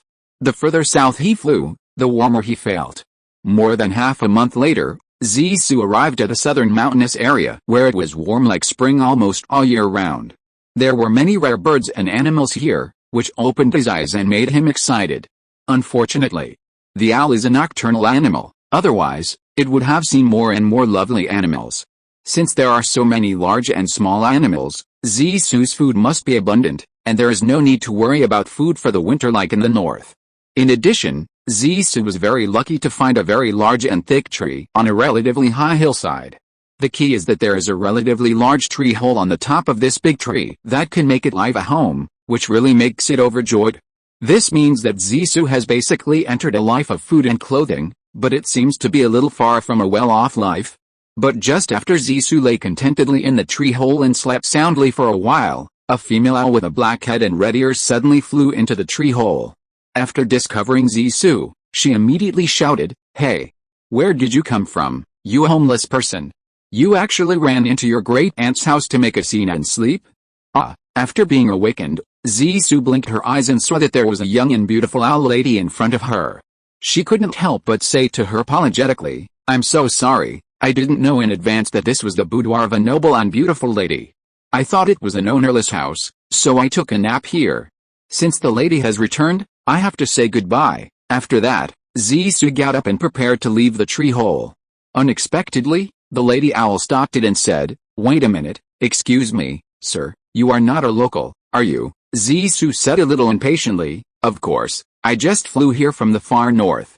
In other words, I am exactly what you call a tramp." The lady owl lowered her head somewhat embarrassedly and said, "Please don't mind.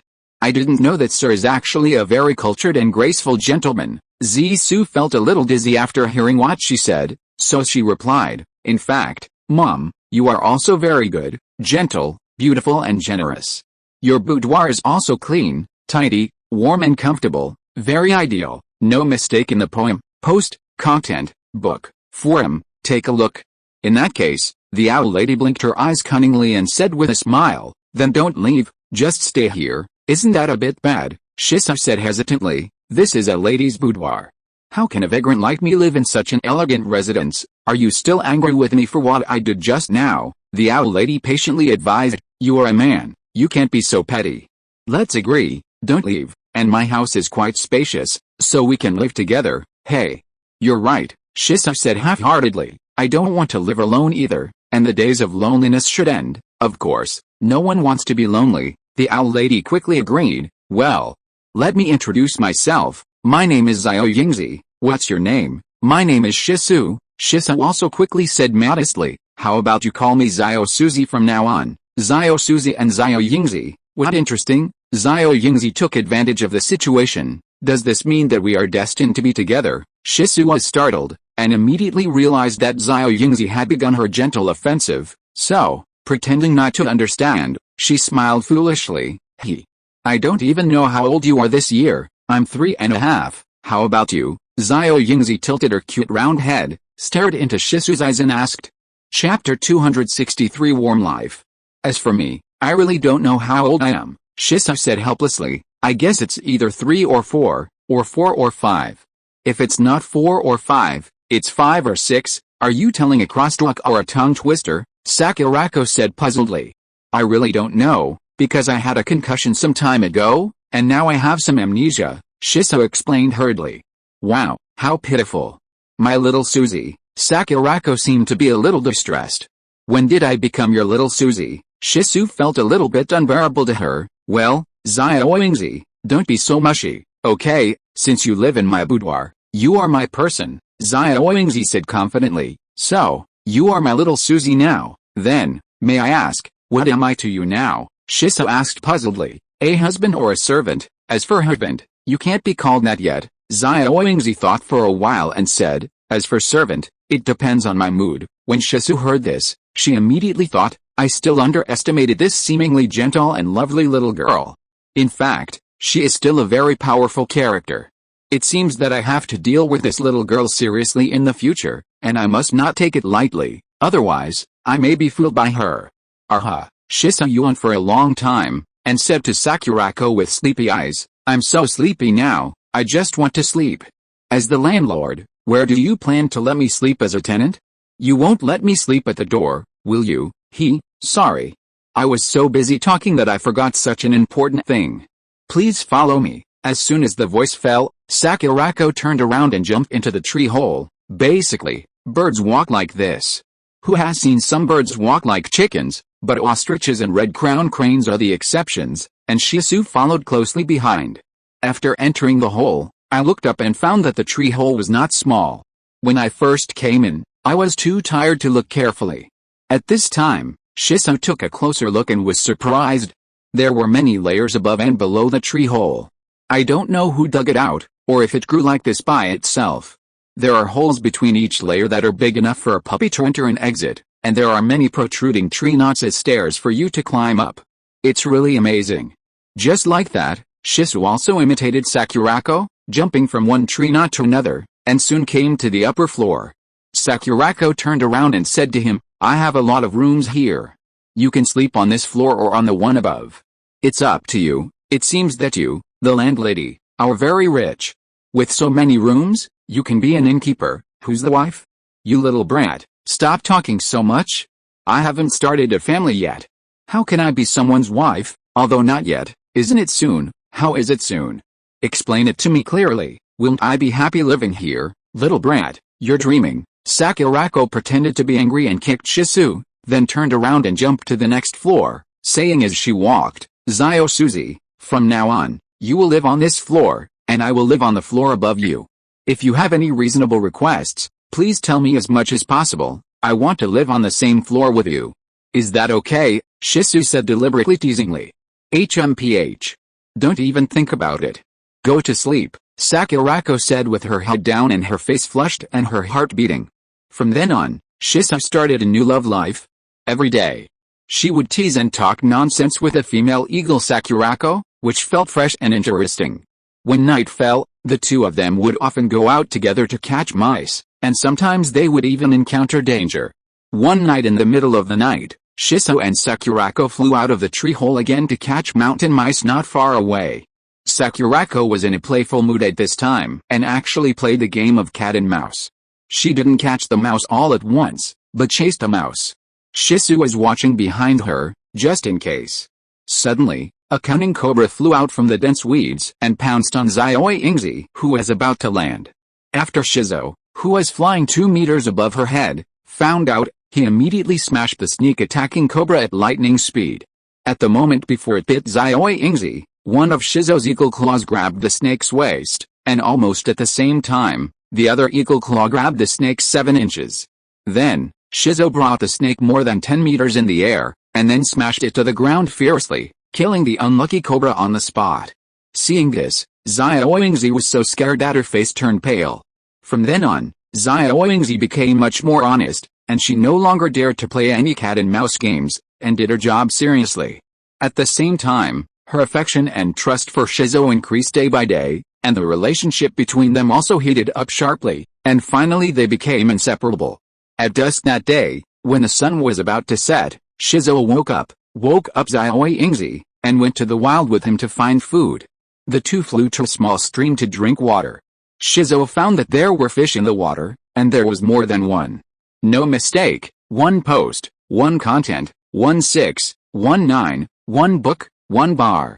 Spotting one of the fish that was leisurely looking for food, Shiso used her already skilled owl fishing skills, slurped and dived into the water, barely caught a half-foot-long fish with her eagle claws, flew back to the shore, and threw it next to the female eagle Zioi Ingzi, who screamed with surprise and immediately praised Shiso for her ability and invited Shiso to share this delicious meal.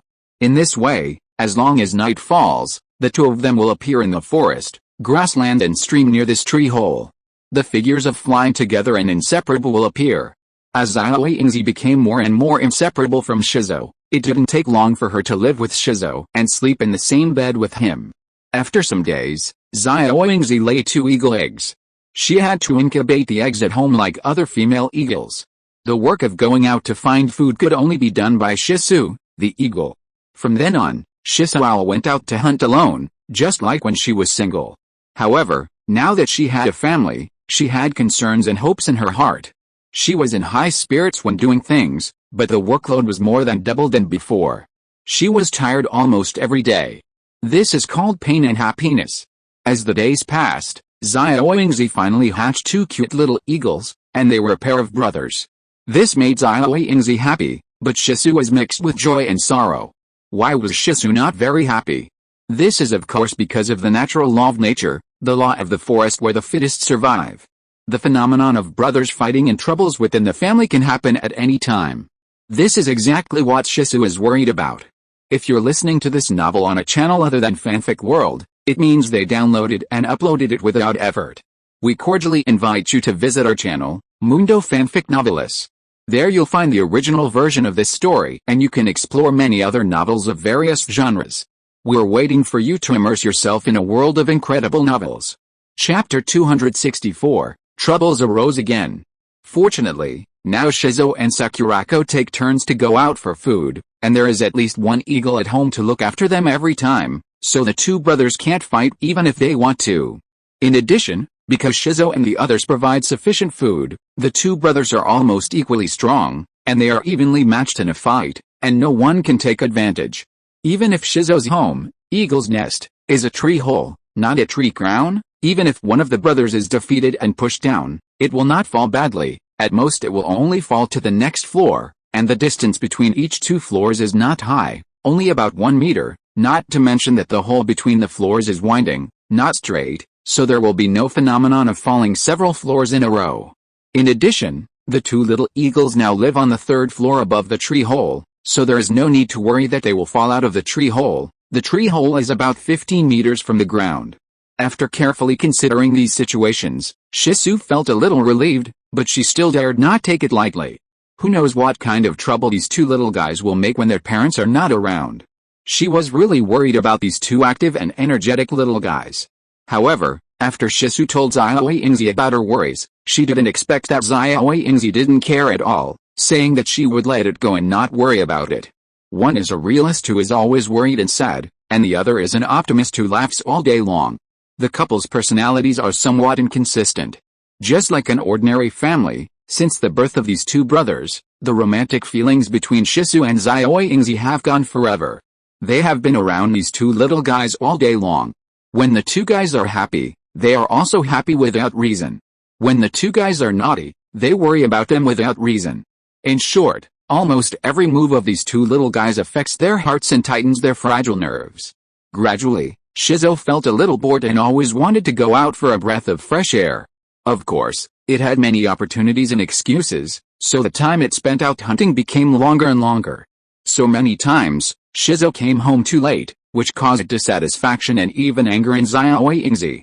Shizuo did not restrain herself because of this, and still did her own thing, which led Xiaoyingzi to suspect that Shizuo was old and her ability had declined, so she simply asked Shizuo to stay at home and be a nanny, and went out to hunt.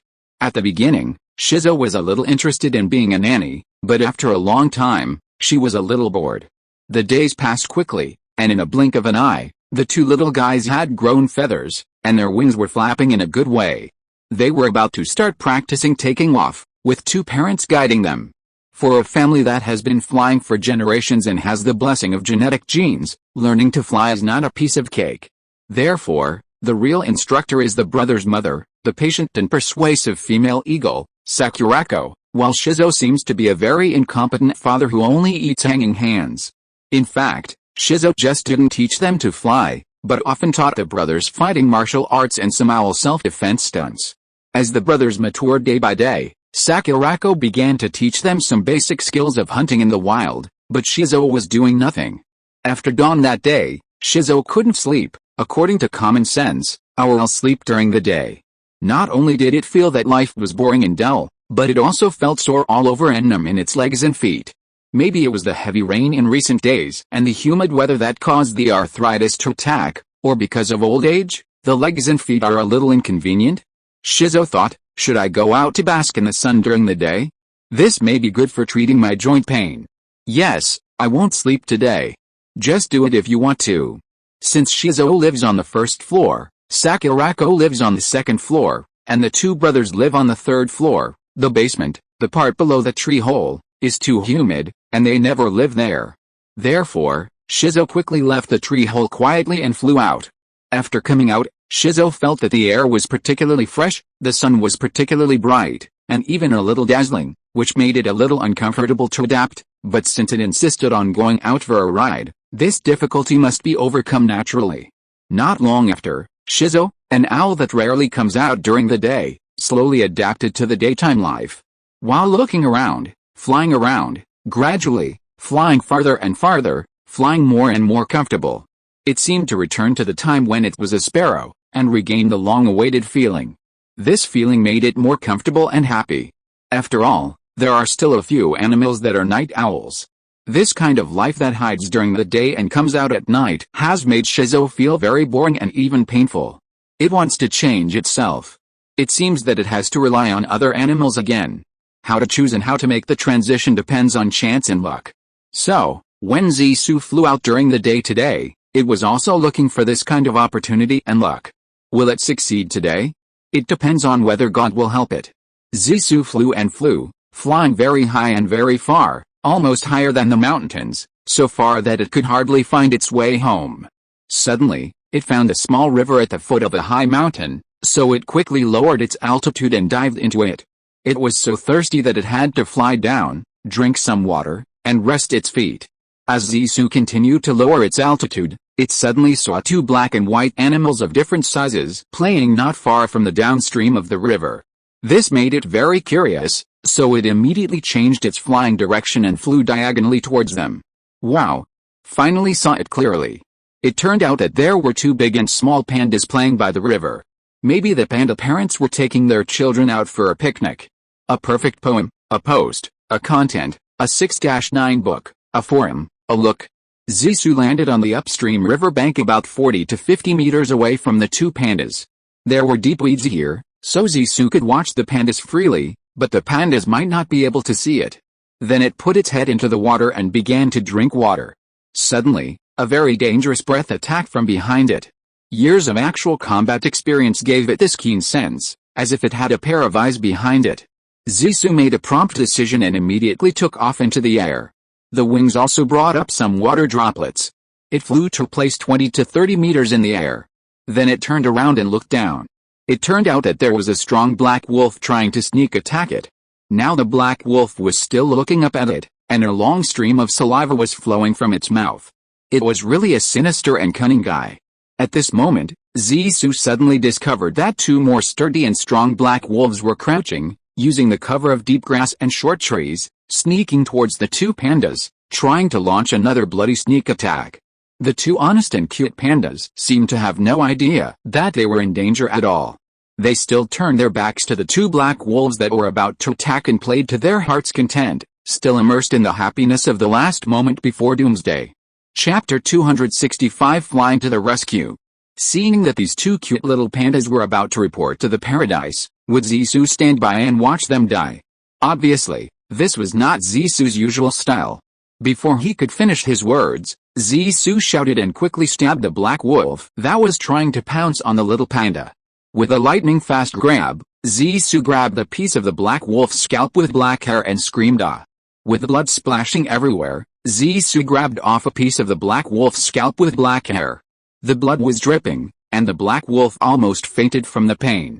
The black wolf never dreamed that it was the one who was attacking others. It was so unlucky that even drinking cold water would get stuck in its teeth.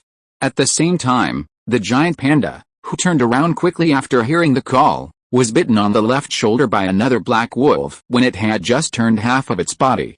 The wolf was going to pounce on the giant panda, but when it saw it turn around quickly, it suddenly had an idea and bit the giant panda's left shoulder, which was raised quickly, in order to give it a warning and destroy its will to resist. However, it backfired and aroused the fighting spirit of the female panda. From the perspective of the female panda, if she did not immediately fight back against these wolves, the lives of both mother and son would be over today. Since fighting back was necessary, the female panda had to use her special moves, so she did not hesitate to aim at the head of the black wolf that bit her shoulder and punched it fiercely. Unexpectedly, The unlucky black wolf was knocked unconscious on the spot by the panda's sudden punch. The female panda also knows kung fu. Is she also a kung fu panda? In fact, the mother panda's father is a boxer in the panda tribe. His boxing skills are quite powerful. She has been influenced by him since she was a child and has secretly learned a few moves. Her husband is also a good martial artist. He often teaches her some basic skills and sometimes they exchange a few moves. Unfortunately, last winter, her husband accidentally fell from a high cliff while participating in a rock climbing competition and was killed on the spot. Now the mother panda has become a widow. She lives with his 2-year-old little panda. It can be said that she is an orphan and a widow, and life is difficult. This morning, the mother panda had a whim and took her baby son to this remote river to play. She was hungry later and wanted to take the opportunity to catch 2 fish to eat. Unexpectedly, when the mother and son were having fun, they were attacked by the black wolf. Fortunately, they met Zisu in time to help them out of danger. At this time, the 2 black wolves that attacked were one fainted and the other injured. They encountered setbacks and wanted to retreat. However, Zisu did not give up the attack at this time, and continued to pounce, grab, and peck. Facing Zisu's waves of attacks from above, the injured black wolf could only defend itself and had no power to fight back. Seeing that it would be in big trouble if it did not leave, it left its companion who fainted on the ground without any loyalty and turned around and fled. But at this moment, the black wolf that almost succeeded in attacking Zisu was watching the battle on the spot and did not come to join the battle. Now seeing that Zisu, the owl, actually helped the panda to repel their attack, it immediately raised its head and let out a long hallelujah at the sky. Soon, there was a response from the wolf in the distance. Not long after, Zisu heard many swish-swish footsteps of animals walking in the grass from far to near. Zisu immediately realized that the black wolf howling to the sky might be the leader of the 3 black wolves, and now it has sent a signal to summon the wolf pack to come to reinforce. At this moment, the mother and son pandas were still standing there watching the show, without any preparation to escape. At this critical moment, Zisu didn't care about so much, and immediately used the panda language he knew, and said to the 2 pandas in a strange tone, "The wolves are coming, leave quickly, it's best to find a big tree nearby and climb up to hide." The mother panda was stunned when she heard that Zisu, an owl, could actually speak panda language, but she immediately came to her senses and knew that if she didn't leave, it would be too late, so she threw down the word thank you, grabbed one of the little panda's hands, and ran towards the small forest not far away. Zisu took advantage of this gap, immediately flapped his wings, and took off again, flew to a height of 200 meters, and looked down. Wow! So many black wolves came, are they here for a meal? Then, Zisu found that the black wolf that sent the signal was leading the wolf pack to chase the 2 pandas in the direction they fled. Now it seems that the mother and child pandas may be in danger. I have to fly down to see if I can. If possible, I might as well lend a hand. This is also called helping people to the end, saving lives. Thinking of this, Zisu lowered his altitude again, flew down, and followed the wolf pack to the grove. It seems that the mother and child pandas are not too stupid. They have chosen a relatively thick tree and climbed to the top of the tree. Under the tree, there are 3 layers of wolves inside and outside. These hundreds of black wolves all raised their heads and howled at the mother and child pandas on the tree to protest, perhaps to scare them. At this time, the red panda that climbed up the tree was hugging the trunk and stepping on the branches and trembling. The mother panda held the back of the red panda with one claw arm, and the other claw arm held the trunk of the tree, with both feet on another branch. Although the mother and child pandas are not in danger for the time being, it will be troublesome if the wolves do not leave. What to do? Shisu was sitting on a branch of a tree next to the mother and child pandas, and began to think hard, but after thinking hard for several times, he still couldn't come up with any good solution. While Shisu was thinking hard on the tree, the wolf leader under the tree was also thinking hard. He looked up at the mother and child pandas climbing on the tree, but kept muttering in his heart, "How can I eat these 2 pieces of delicious fat meat in my mouth? I can't let the cooked duck fly away." 69. Ouch! I have been raising my head for so long, my neck is really a little sore, I'd better put it down and rest. Thinking of this, the wolf leader lowered his head involuntarily, shifting his eyes from the pandas on the tree to the tree below, and took a glance at the roots of the tree. Suddenly, his eyes lit up and a plan came to his mind. Wow! Could it be that the wolf leader was so smart that he had thought of a good way to deal with the mother and child pandas? Sure enough, the wolf leader called the black wolves nearby and asked them to lower their heads and gather together, whispering something, as if they were holding a meeting. After a while, the 10 or so black wolves in the meeting dispersed and surrounded the roots of the big tree. Then, at the command of the wolf leader, they lowered their heads, stretched out their fangs, and began to gnaw at the roots of the tree together. Wow! It turned out that the solution that the wolf leader came up with his brain teaser was such a seemingly good trick. Isn't this a plan to cut off the firewood from under the cauldron? However, Zissou was at ease at this moment. It wanted to see whether the wolf's fangs were sharp or the tree roots were strong. Let's wait and see. Chapter 266 Persuading the Panda. Unexpectedly, the fangs of these black wolves were really sharp. They gnawed away half of the tough tree root in the blink of an eye. If this continued, wouldn't a mother and child panda be in great danger? At this time, the big tree had begun to shake due to the gnaws of the wolves. Zissou was very anxious and couldn't help shouting in panda language, "Hurry up and jump to the big tree next to you." The mother panda was also extremely anxious and at a loss. After hearing Zissou's reminder, she immediately came to her senses and said to the little panda, "Son, we are in danger now. The owl uncle next to us reminded us to jump to the tree next to us. I will grab your arm and throw you to the nearest big tree next to you. You must grab it in time and hold on to the trunk of the tree, just like we usually play games. Do you understand?" The little panda nodded obediently and said, "I know, Mommy.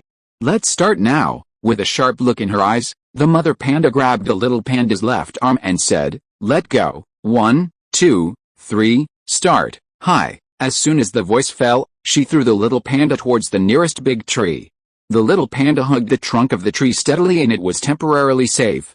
Then, the mother panda also kicked her legs hard, and jumped onto the tree. With her strong kick, the tree that was shaky due to the gnaws of the wolf pack suddenly fell down in the opposite direction of her jump. It was a close call. However, the crisis was not resolved. The wolf leader roared angrily, and the wolf pack once again surrounded the tree where the mother and child panda had just taken shelter, and gnawed the roots again. Moreover, this tree was not as big and thick as the previous one. Seeing this, Zissou had to ask the two pandas to move again, so the plot of the mother and child panda moving just now was staged again, but this time the mother panda did not kick the tree down. In this way, the mother and son pandas moved from tree to tree, while the wolves followed and bit the roots of the trees one by one. Obviously, the mother and son pandas' method was quick and clever, while the wolf's method was clumsy and inefficient. As the ground continued to rise, the trees became more and more numerous and denser, and the mother and son pandas became more and more flexible and more free to move. As the weeds and thorns on the ground increased, it became more and more difficult for the wolves to implement their stupid methods. Finally, they had to give up tracking and watch the mother and son pandas disappear from their sight. After Zissou saw the two pandas finally get rid of the wolf's pursuit, he couldn't help but breathe a sigh of relief for them, and also sighed slightly for missing a chance to reincarnate his soul today. However, he was very happy to help the mother and son pandas get out of danger. Suddenly, an idea flashed in his mind, and Zissou couldn't help but smile again. Yes, why don't I follow the mother and son pandas to see where they live? Having made up his mind, he no longer hesitated. With a crash, he rushed out of the densely leafed tree and flew into the air. He flew slowly in the direction where the two pandas fled, looking down and searching for targets. He circled back and forth in the air for a long time before he found the traces of the pandas.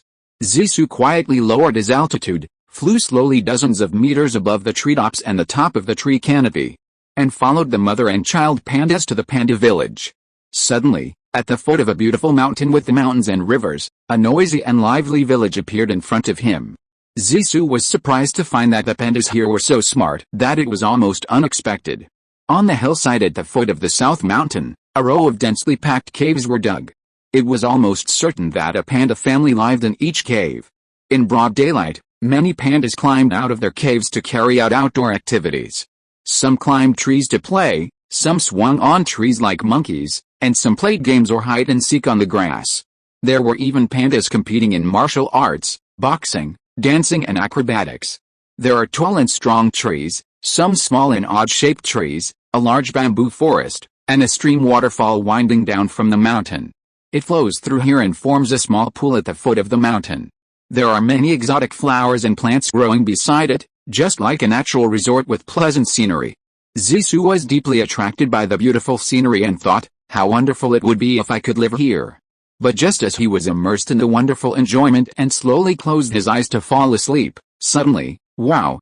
Ha ha, a series of laughter came, and Zissou opened his eyes involuntarily and looked towards the place where the sound came from. It turned out that a group of red pandas were playing a game. They were playing around a pangolin that was curled up like a ball. They were touching it with their claws, kicking it with their feet, kissing it with their mouths, and then laughing together. Seeing these naughty little guys bullying a poor pangolin lady, Zissou felt that she could not bear to watch it anymore and decided to step up and take care of it. She flew to the branch of the nearest tree and said to the red pandas under the tree in panda language, "Children, what are you doing?" The red pandas turned around and looked up at the place where the sound came from in the tree. They found that an owl was talking to them. They were very surprised and fell silent. After a while, Zissou said again, "Why are you looking at me? Tell me, why do you want to bully this poor pangolin little sister?" "Huh?" A red panda who was a little braver said, "Why do you think we bullied her? We just took a look at her and thought she was fun. We didn't bully her." Another older red panda asked confidently, "Whether we bully pangolins or not is none of your business." "Our little friend, you can't say that," Zissou patiently advised. "Pangolins are all good friends of all of us. Without pangolins, many diseases and misfortunes may befall all of us. Aren't you afraid? You are lying to us." "This is impossible," the older red panda said unconvinced. "Don't disbelieve me. Let me tell you," Zissou said confidently, "this pangolin likes to dig holes in the mountains and go everywhere. It is very dirty and carries many disease viruses and bacteria. If you play with it like this, it is very likely that these viruses and bacteria have been transmitted to you. You will soon get seriously ill. You don't know it yet." "What should we do now?" a red panda said in fear. "Then why do you say this sick demon is our good friend?" the older red panda asked again. "If there were no pangolins, those viruses and bacteria would have spread to all of us. They took away those disease demons. As long as we don't bother them, it won't matter," Zissou explained. "So what should we do now? This pangolin is still here, and we can't move it. How can we make it leave on its own?" the older red panda asked again. Chapter 267 Discovering Mandrill. "You can find a branch and drive it into the woods," Zissou instructed them. "Thank you, Uncle Owl." "No, Great Owl," the older red panda praised Zissou. "No need to thank me. As long as you all can accept my advice, I will be satisfied," Zissou responded. Seeing that he had finally solved a seemingly small incident, Zissou couldn't help but feel a little proud. After a while, he leaned against a tree and fell asleep. But not long after he fell asleep, he heard a thunderous scream in his ears, and Zissou almost fell off the tree. He opened his eyes and saw that he was furious. It turned out that his wife had followed him and had deliberately scared him awake just now. It was really unruly. So, Shiso immediately took out the power of the head of the family, glared at Xiao Yingzi, and scolded, "What are you doing? Do you want to murder your husband? This is absolutely against the family rules. I'll go back and deal with you." "Hey. So, you don't sleep well at home, you sneak out, and you think you're right?" Xiao Yingzi asked back nonchalantly. "How could I sneak out? I couldn't sleep, so I came out to relax." "To relax? You have to fly so far, and you flew to someone's panda's nest." "I can fly as far as I want. Tomorrow, I'm going to fly to the moon. Do you believe it? Try to fly for me." "No one will believe you. I'm hungry now. I haven't eaten enough." "How can you expect me to have the strength to fly? Even if you eat and drink enough, you can't fly." "How about we go find something to eat now? Let's go." "I won't believe you. You're fooling a kid. You're an old couple." "What's the point of fooling around? Since you're an old couple, why are you still running around like an ignorant young man?" "Did I run around? Didn't I tell you that I was just going out to relax? Then why don't you take me with you when you go out to relax?" "I was afraid of disturbing your sleep, wasn't I?" Although Shisu said this, she was still muttering in her heart, "It seems that if she wants to get rid of Xiao Yingzi's entanglement, she has to work hard." "Anyway, you always have a point," Xiao Yingzi said very dissatisfiedly. Shisu said nothing more, turned around and left the panda village with Xiao Yingzi, flying into the woods to find small animals to eat. Owls rarely hunt in broad daylight, but Shisu and his wife went hunting together today, which was unprecedented. A wild rabbit plus a flower snake is a good meal for them. Seeing that Shisu had almost finished eating, Xiao Yingzi deliberately joked, "You have eaten and drunk now, are you ready to fly to the moon?" "Oh? When did I say I wanted to fly to the moon? Why don't I remember it?" Shisu said naughtily. "You won't deny it so soon, or do you have amnesia?" Xiao Yingzi said angrily. "I really don't remember." "Hi. Sakurako, how did you follow me here? You don't stay up all day, do you?" "No way. I just happened to be unable to sleep today, and I heard some noise at the entrance of the tree downstairs, so I went downstairs to see. I was in your room, but found that you were gone. I immediately guessed that you had gone out. Out of curiosity, I followed you here. I also saw your heroic feat of rescuing the mother panda and her child, and I really admire you. Then I followed you here, and saw you persuading the little pandas to release the pangolin. Wow, you've been doing good things all the way. You did 2 good things in one day. I don't know how to praise you, my great hero husband. I don't need your praise, as long as you go back to bed, I'll be satisfied. I won't. I will follow you, wherever you go, I'll follow.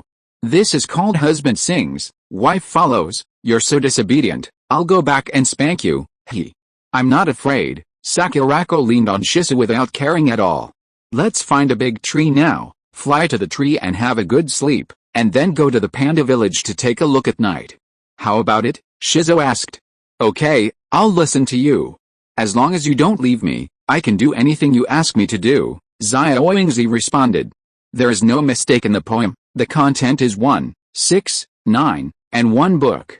Then, the 2 owls took off from the ground at the same time, flew to a relatively large tree nearby, perched in the dense leaves, and began to sleep. In this way, they slept until the second watch in the middle of the night. Then they both woke up, flew out of the woods to find food, and after eating, they flew to the panda village again together. When they arrived at the panda village, the 2 owls flew around the village, and when they finally landed on an old crooked tree in the village, it was almost noon.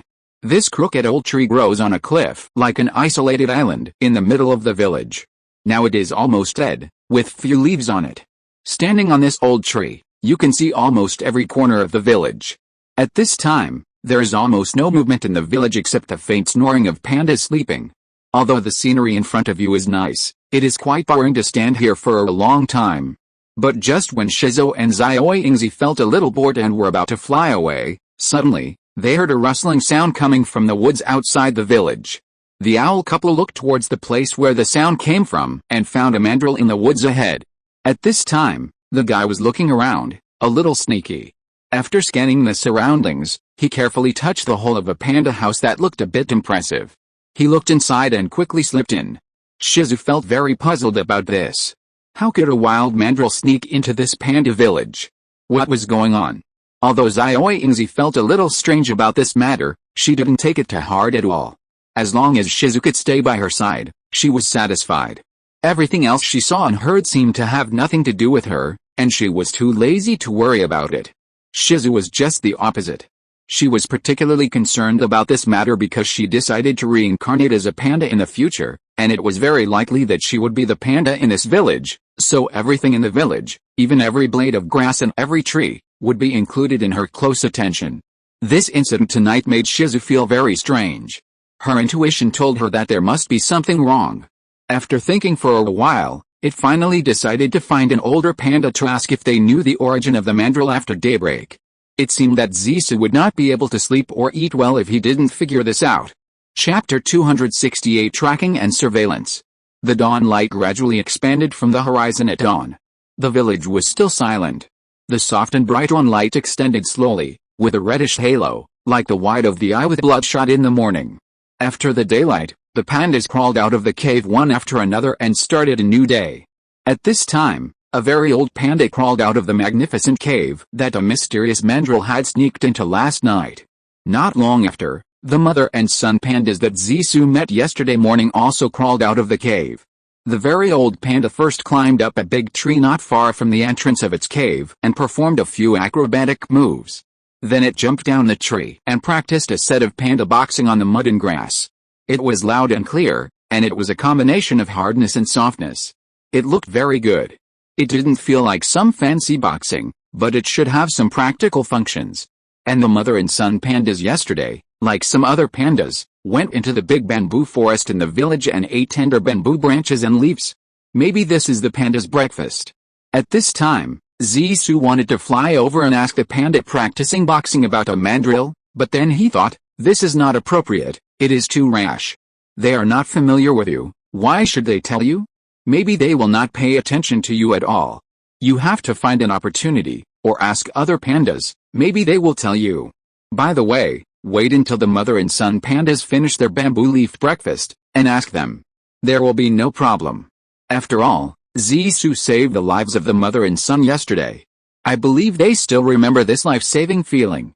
Sure enough, when Zissou greeted the mother and son pandas who had finished breakfast in the panda language, the mother and son were surprised and happy. They answered every question Zissou asked, and they also told him everything they knew. It turns out that this mandrill is called Follow Me, which is the follow me that was chased away by Hongsar. Perhaps it fled here alone after being separated from the chimpanzee teacher to lose weight.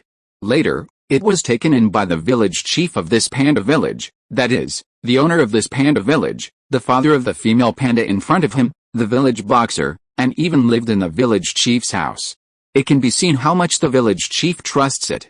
Now Follow Me has become Follow the Panda Village Chief. Because it is eloquent, can come up with many novel ideas, has some minor medical skills, and even some witchcraft, it has fooled the village chief of this panda village. He almost regards Follow Me as a god and worships him. Now he is at least a semi-god character. Obviously, the panda village chief almost certainly regards Follow Me as a master. In other words, Follow Me is now this huge liang in this panda village. Therefore, Follow Me can enter and exit the village freely and conveniently, whether it is day or night, because it is almost the number 2 person in the panda village. After learning about these situations, Zissou felt that this matter was very tricky. If she told her suspicions to the mother panda and asked her to tell the panda village chief, people would not believe it, not to mention that Zissou now has no evidence to prove that the mandrill wants to do something bad.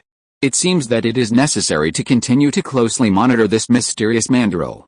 Thinking of this, Zissou said goodbye to the mother and son of the panda, flew back to the woods, and told Xiao Yingzi to let her go home first, and she would stay here for a while.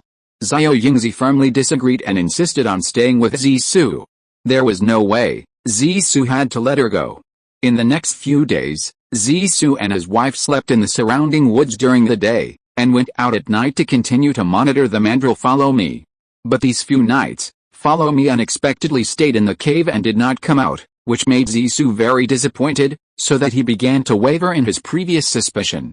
Unexpectedly, in the middle of the night, the target suddenly appeared in Shisou's sight. Could it be that this guy finally couldn't help it and wanted to do something? Shisou couldn't help the strong curiosity in her heart, and followed quietly, and Xiao Yingzi naturally followed behind. I saw that the mandrill Follow Me slipped into the big woods opposite the cave in a blink of an eye, and Shisou and his wife also rushed into the woods. Obviously, Follow Me only paid attention to the activities of animals on the ground, and didn't care about the birds in the sky, which allowed Shisou to easily monitor this guy's every move. Sure enough, this guy was up to something, and he saw it disappear after shaking a few times. Shisou and his wife hurriedly flew down from the tree and chased to the ground to look for it. Not long after, they found an extremely hidden cave in front of them that was blocked by deep weeds and dense shrubs. Even if Shisou stood 5 or 6 meters outside the cave, he still couldn't see the situation inside. However, at this time, a low but clear voice came from the cave, which made Shisou and Xiao Yingzi hear it very clearly. This is a conversation between the mandrill Follow Me and a chimpanzee. Zissou understands the languages of both animals, but she is puzzled that they can understand each other's language. Then she heard Follow Me say, "Brother, have you gathered all the things I asked you to prepare?" "Of course, I spent several days searching everywhere in the surrounding area, dozens of miles, and it took a lot of effort to collect all the medicinal materials you need. However, I don't think your method may succeed," the chimpanzee said.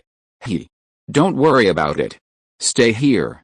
When I succeed, I will take you out. I wish you success." "Okay, I'm leaving." Hearing the mandrill's farewell, Zissou immediately took Xiao Yingzi to a nearby tree and hid. In the blink of an eye, the mandrill came out of the secret cave, looked around, and then walked back stealthily and slipped back into the panda cave. No mistakes in one song, one post, 1 content, 1 book, 1 forum, 1 6, 1 9, 1 book, 1 forum, 1 look. Zissou was very confused about what this guy did tonight. What did it mean by talking to the chimpanzee just now? What did it want to do? There must be some hidden conspiracy. It seems that from now on, I have to keep an eye on this guy all the time and not let his conspiracy succeed. So Zissou told Xiao Yingzi about her idea and planned to ask them to take turns to monitor the mandrill's every move, let Xiao Yingzi work the day shift and herself work the night shift. Xiao Yingzi nodded reluctantly and agreed. From then on, the owl couple began to closely monitor the guy with bad intentions 24 hours a day. In broad daylight, in order to hide, the female eagle Xiao Yingzi had to perch on the outermost big tree in the woods opposite the cave where the owner of the panda village lived, and monitor the mandrill from a distance. At night, Zissou took over Xiao Yingzi's surveillance of the bastard. After the dead of night, Zissou flew to the outside of the cave of the village owner's house and conducted close and secret surveillance. At this time, 2 moons, one large and one small, appeared in the sky, illuminating the ground as if it were daytime, and even the cave was unusually bright. But when it just came out of the cave, a familiar voice came out from inside. When it heard the content, Zissou was shocked. Chapter 269, Sudden Reincarnation. It turned out that the mandrill was saying, "Village leader, as long as you drink this bowl of medicine I gave you, your martial arts skills will be greatly improved. I will definitely believe your words. But can this black and smelly herbal juice really have the effect you said? When have I ever lied to you? If you don't believe me, I'll drink it for you to see. Unfortunately, I don't know martial arts, so drinking it would be a waste. It would be a waste of my hard work. Okay, I'll drink it, I'll drink it, I'll drink it. How can I let you down?" As soon as the voice fell, the panda village chief picked up the bamboo bowl filled with black herbal juice and put it to his mouth. "Don't drink it." Zissou suddenly rushed into the cave and shouted, "This medicine is poisonous. Be careful not to fall into this guy's conspiracy." The village leader and the mandrill in the cave were startled at the same time, turned their heads and looked at the owl that came out of nowhere, stunned and at a loss. It was the mandrill Follow Me who came to his senses first, pointing his hand at Zissou and cursing, "Where did you come from, monster? Why are you here making trouble? What's your intention?" The panda village chief also asked. "Yes, you, an owl, how come you know the language of our panda family? Besides, what basis do you have for judging that this bowl of herbs is poisonous? This guy sneaks out every night, furtively," Zissou explained. "I suspect it has a major conspiracy that it ulterior motives. You, an owl monster, are actually spying on me." The mandrill suddenly realized, "I was wondering why I always felt that there was a pair of eyes secretly staring at me from behind these days. It turns out that you, little bastard, are behind it. You are the old bastard, the big bad guy, with bad intentions, and you want to seize power." Zissou expressed all the suspicions in his heart. "You tried to poison the village chief to death so that you can replace him, little bastard. I won't let you lie." The mandrill cursed angrily. "You said I poisoned this bowl of herbs? What is the real evidence?" Zissou really couldn't say anything. There was no way. Suspicion alone couldn't solve the problem. What should I do? Oh my god. Come up with a solution for me.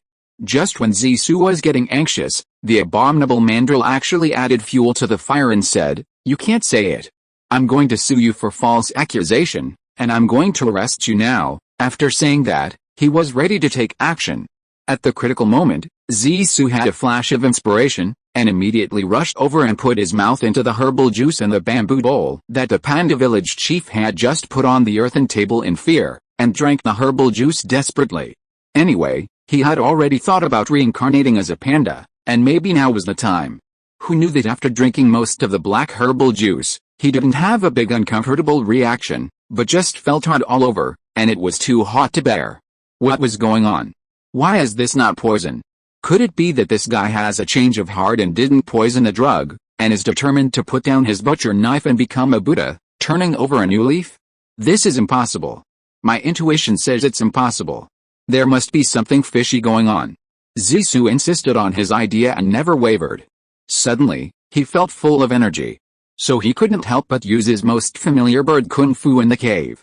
Every move was so mysterious that the mandrill and the panda village chief were dumbfounded and silent. At first, the panda village chief was skeptical about Zissou's words, But now he absolutely doesn't believe it. It's obvious that this is a Cheng Yaojin who came out of nowhere, who not only caused him to not eat such a precious panacea, but also let this little guy get the first chance and cheat him of the good medicine. Thinking of this, he couldn't help but get angry. While Zissou was fully immersed in the wonderful practice, he suddenly attacked and punched Zissou hard. "Hey, where did you come from, you flat-haired beast? I told you to steal my medicine." In fact, Zissou also practiced the exercises involuntarily. He felt more and more comfortable and color the more he practiced. Gradually, he became addicted to it and couldn't extricate himself. At this time, the panda village chief suddenly punched him, and he was caught off guard. He saw a black screen in front of his eyes and fainted immediately. When Zissou woke up from the pain, he found that he had been tied to a thick bamboo pole. The abominable mandrill was plucking his feathers. It had almost plucked the most important feathers on his wings. Now even if they let him go, he might not be able to fly. It was so hateful, especially the damn panda village chief. He really couldn't tell good from bad, was so stupid, and even helped the evil. He really regretted coming to help him. What should I do? What should I do? Thinking of this, Zissou could not help but glance around. Damn, she was tied up in a bamboo forest, and there were no other animals around except the mandrill. That was to say, if this guy could deal with her now, her life would be in its hands, and the panda village chief would probably abandon her to this bad guy in anger. When the mandrill follow me saw Zissou wake up from the pain, he immediately stretched out his hand to pinch Zissou's neck and asked viciously, "Tell me, who sent you here? Was it the red-haired female fox?" "What? Red-haired female fox?" Zissou was confused and said puzzledly, "I don't know any red-haired female fox at all, and I don't understand what you mean by that." Zissou certainly didn't know that the mandrill follow me meant the female fox Hong Xiaoer, because it had never seen Hong Xiaoer, and Hong Xiaoer didn't know it, not to mention that Hong Xiaoer didn't know where she had gone now. "Since you were not sent by that vixen, why did you want to harm me?" "I have no grudge against you," the mandrill asked in confusion. Because I don't like you." Zissou was strangled by the mandrill and said breathlessly. "Then go to hell. Hateful little scoundrel." The mandrill follow me pinched Zissou's neck with his hands and pinched it hard. In a few minutes, Zissou died. "Ha ha, ha ha ha ha." The mandrill follow me couldn't help laughing triumphantly, laughing. Gradually, the laughter became smaller and smaller, and finally with a vomit, he fell to the ground and fainted. When this guy woke up, it was no longer the original follow me, but Zissou, the current Zissou mandrill.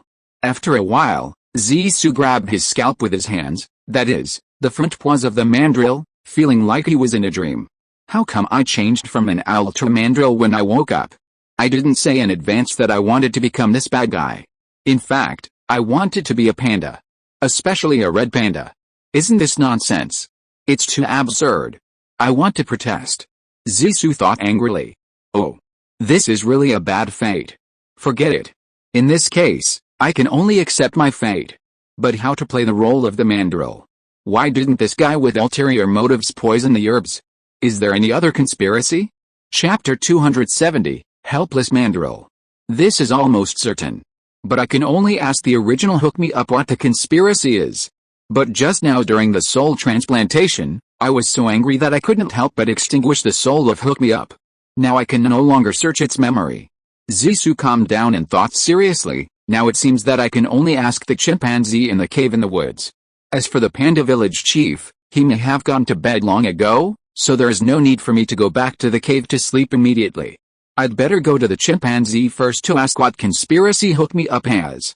Not long after, Zissou came to the secret cave where he had follow me last time. He pulled aside the dense weeds and shouted into the cave, "Brother, are you asleep?" After a long while, there was no response from inside, but a low and gentle snoring sound was heard. "Pig," Zissou cursed and rushed in angrily. In the darkness, he grabbed the chimpanzee's ear by feeling and twisted it hard. Ouch! It heard a pig-killing scream. The chimpanzee woke up from his sleep and opened his eyes. It turned out to be the mandrill follow me, Zissou. He was immediately furious and said, "What are you doing? What's wrong with you? Are you going to let me sleep?" Zissou had an idea and thought, in the eyes of this chimpanzee, I am still the same mandrill. I have to play my original role well. If I get caught, he won't be able to answer any questions. After considering all these situations carefully, Zissou released the hand that was twisting his ear, and said to him calmly, "Brother, I came to you tonight because there is something very urgent." "Don't be angry, what else?" the chimpanzee asked puzzledly. "Didn't you pat your chest and assure me that everything is under your control? Now an unexpected situation has occurred," Zissou explained. "An owl that came out of nowhere suddenly broke into the village chief's house and knocked over the bowl of herbs, making my perfect plan fall through." "Alice, then do you want to continue with the second step of the plan?" the chimpanzee asked anxiously, and then continued, "I'm almost ready now, for the second step of the plan." "How prepared are you?" Zissou asked anxiously. He really wanted to know the specific details. "I'm planning to go to the bamboo forest in the panda village before dawn and smear the herbal juice I prepared on the tender bamboo leaves that many pandas like to eat." "Then what?" "What will the pandas react to eating the bamboo leaves you smeared with herbal juice?" "What kind of shitty memory do you have? Didn't I tell you last time? How come you forgot so quickly?" "I'm just mad at that annoying owl." "Repeat it to me again so that I can reconsider our plan." "Okay. I'll repeat it again. If a panda eats the bamboo leaves I smeared with herbal juice, it will feel dizzy, nauseous, vomit, and even have diarrhea. At this time, you can take the other herbal pill I gave you and give one to each panda, and the disease can be cured. In this way, it will greatly improve your prestige and reputation in the panda village and lay a solid foundation for your future rule of this village." "This idea sounds very good. You can go ahead and do it, brother. Don't forget the benefits Suen Yuo gave me after you succeed. Don't worry about this. I will never forget it." "Wait, my first step of the plan is not completed. What should I do? What else can I do?" "I have to make another trip myself to prepare another one for you." "My disappointing brother, then go and prepare another one quickly. It's getting late, I have to go." As soon as the voice fell, Zissou hurriedly said goodbye to the chimpanzee, crawled out of the cave, and walked outside.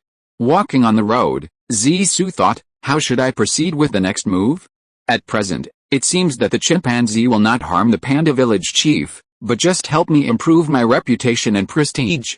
Suddenly, Zissou thought of Xiao Yingzi. What should I do? I can never go back now. Zissou's owl is dead. She must be sad and painful. Oh. By the way, the past me is still tied in the bamboo forest and has not been buried in time. I must not let Xiao Yingzi see it. I must bury it as soon as possible. Thinking of this, Zissou Mandrill hurriedly walked towards the bamboo forest of the mountain village. Before entering the bamboo forest, he heard the miserable cry of an owl in the bamboo forest. Zissou couldn't help but be shocked. Oh no, Xiao Yingzi is here, and she has found my corpse in my previous life. What should I do? If I go in like this now, she will definitely treat me as an enemy and fight me to the death. This time, Zissou felt a headache that he had never had before. After all, it was the first time he encountered such a difficult thing. At this time, he was really in a dilemma. If he ran away, he couldn't bear it. After all, Xiao Yingzi and he were a couple in distress. If he stayed to persuade her, he was afraid that she would misunderstand him and fight him to the death. Forget it. This level will be passed sooner or later. Since I have to face her sooner or later, I might as well face it now. After all, it's late at night and I can say anything without scruples. It's up to her to kill or rob her. At worst, I will be reborn again. No mistakes, one post, one content, one book, one forum, 1619, one book, one forum. After thinking through all these, Shizou felt relaxed all over. She slowly exhaled a long breath, calmed herself, raised her head, and walked into the bamboo forest. When she heard footsteps coming from far away, Sakurako stopped crying and thought, could it be that the murderer who killed my husband has come back? Humph. He came at the right time. I will definitely fight him to the death and avenge my husband. Soon, Shisu came into the bamboo forest. Since Shisu had been reincarnated from an owl into a mandrill, his eyesight was naturally far inferior to that of an owl.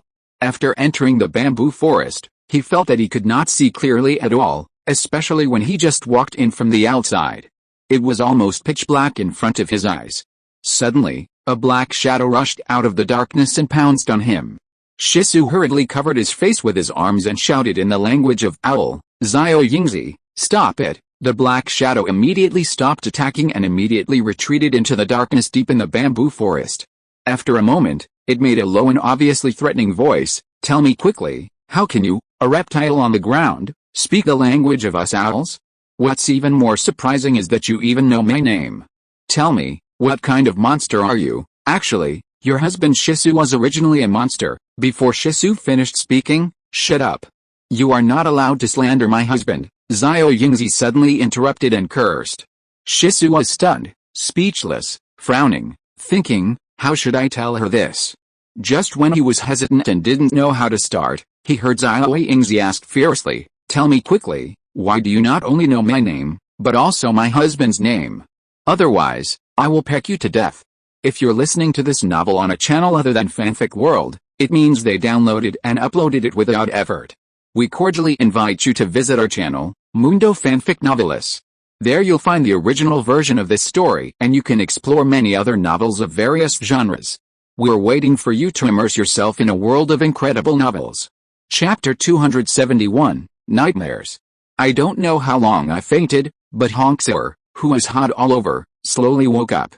The surroundings seemed very lively, and the faint groaning sound echoed in the buzzing eardrums like the desperate and painful groaning of a beast. Her lungs were in great pain, and she had difficulty breathing. Her mouth seemed to be filled with something rough, dry and bitter, rolling in her throat, making her feel suffocated. Enduring the severe dizziness and headache, Honkser forced herself to open her eyes. Sister Xia, are you awake, my king? Are you awake? Village leader, wake up, my king, we are in trouble. Village leader, we are finished this time, my king, what should we do? Village leader, please come and save us. What happened? Hong Xia endured the burning pain all over her body and raised her head with difficulty. You tell me one by one.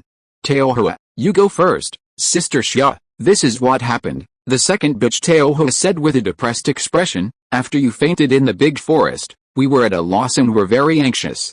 Facing such an emergency, no one was prepared in advance and had no way to deal with it. As the second in command of our team, I don't know what to do. Teohua took a breath and continued, just when everyone was so anxious that they were confused and at a loss, suddenly a scout came to report that we were surrounded by a large group of tropical wild lions in this dense and gloomy forest. There were more than 30 wild lions in this group, including 8 or 9 female lions, and the rest were energetic and vigorous young teachers. They actually targeted us when we just entered the forest, and then quietly followed us and waited for an opportunity to surround us. However, this group of lions was very cunning, just ambushing around us quietly, and did not act immediately, waiting for what they thought was the best time. When they saw that we were leaderless and disorganized, they decided to take action. Just like that, when you fainted and everyone was caught off guard, the group of lions suddenly emerged from the ground and rushed towards us from all directions. At that time, everyone was scared and stood there, not knowing what to do, and our fox friends couldn't climb trees. Finally, I had to make a painful decision and lead everyone back the way we came. I first asked a few nimble foxes to immediately find some vines to tie you to the back of the strongest big dog, and then led everyone to break through. Everyone rushed towards home in a rush, and because of their large numbers, they finally broke out of the lion's encirclement. However, after all, we had been out for several days, and it was very hard to travel through mountains and rivers. We had neither eaten enough nor slept well. We were all very tired, and soon we were caught up by the group of lions who were waiting for the opportunity to tire themselves out. The second brother continued. No wonder I felt up and down, rising and falling after I fainted. Honkser muttered to herself. It turned out that I was being carried up and down by a big dog. At this time, everyone was already disorganized and low morale, and everyone was desperately trying to escape, wishing they could grow 2 wings and fly. Not long after, a large number of us were bitten to death by the group of lions who were chasing us relentlessly, but at this time, even God didn't help us. It started to rain. And it was getting heavier. The second brother continued. I felt very cold in my dream, Honkser said to herself, as if I had entered a cold water world. In reality, I was drenched by the heavy rain, so it's understandable. At this moment, we have entered that very long canyon. We have no way to hide from the rain, nor can we get rid of the lion's pursuit, so we have to run away in the rain. After a long time, the group of lions stopped chasing us because they wanted to hide from the rain, but the heavy rain did not stop, and it was accompanied by lightning and thunder. Suddenly, a huge thunderclap fell, deafening, and blew down the cliff wall beside us. Huge rocks and mud flows fell from the sky and hid us, cutting our team in two. Fortunately, You and I were walking in the front of the team and were not hit or intercepted by the landslide and mud flow, but the second half of our team was not so lucky. Almost all of them were buried by the fallen boulders and mud flows. The few remaining ones were also injured by the stones rolling down the mountain, and they were no longer able to climb over the rocks. It is estimated that they will be eaten by the group of lions behind them sooner or later, Teoho said with great sorrow. Finally, after we escaped from the canyon exhausted, we found this less noticeable cave and ran into shelter from the rain. By then, there were only less than 50 of our team of hundreds of friends left, and everyone was heartbroken. Now we are tired, hungry, frightened, and soaked through by the heavy rain. Many of the weaker team members have fallen ill and have fever, and several are already dying, the second brother complained dejectedly. That happy to pee, Honkser took a deep breath, and then asked, "Where's it now?" "Hey, don't mention it," Teoho said indignantly. "When has that guy ever suffered any loss? Isn't its original name Slippery? As early as when we just started to prepare to break out in the big forest, it jumped onto a big tree with a whoosh sound and escaped. This guy is so hateful. If it hadn't been instigated by it, we wouldn't have come here to die. It's all this guy's fault. If I catch it next time, I will peel off its skin and pull out its tendons." "Hey, this can't be blamed entirely on it," Honkser blamed herself. "In fact, a large part of the reason is my fault. I was too superstitious about that book, thinking that the book would bring us great benefits. In the end, I never thought that we didn't get any benefits, but it brought us such a big disaster. I am guilty, and I am willing to take full responsibility for it." "Well, Sister Xia," Teoho tried to persuade her quickly, "to be honest, it's not all your fault. This was a decision made by everyone, and no one could have imagined that this would happen. If you say I also had a part, I was also wrong.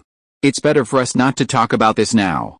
The most urgent thing is that the remaining team members are all sick and can't walk.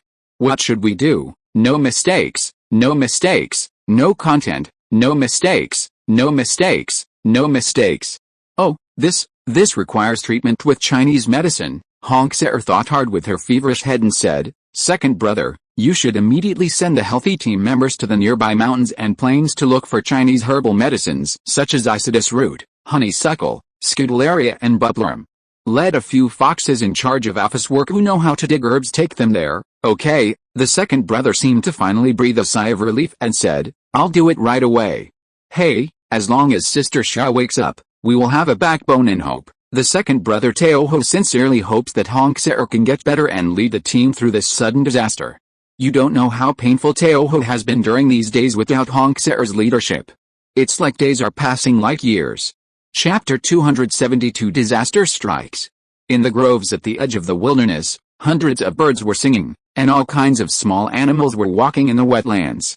The sounds of eating grass and chewing fruit cores, the rustling of leaves, the humming of grass insects, the low calls of wild sheep, the jumping of hares, and the cawing of pheasants filled the wilderness with the beauty, tranquility and harmony of nature.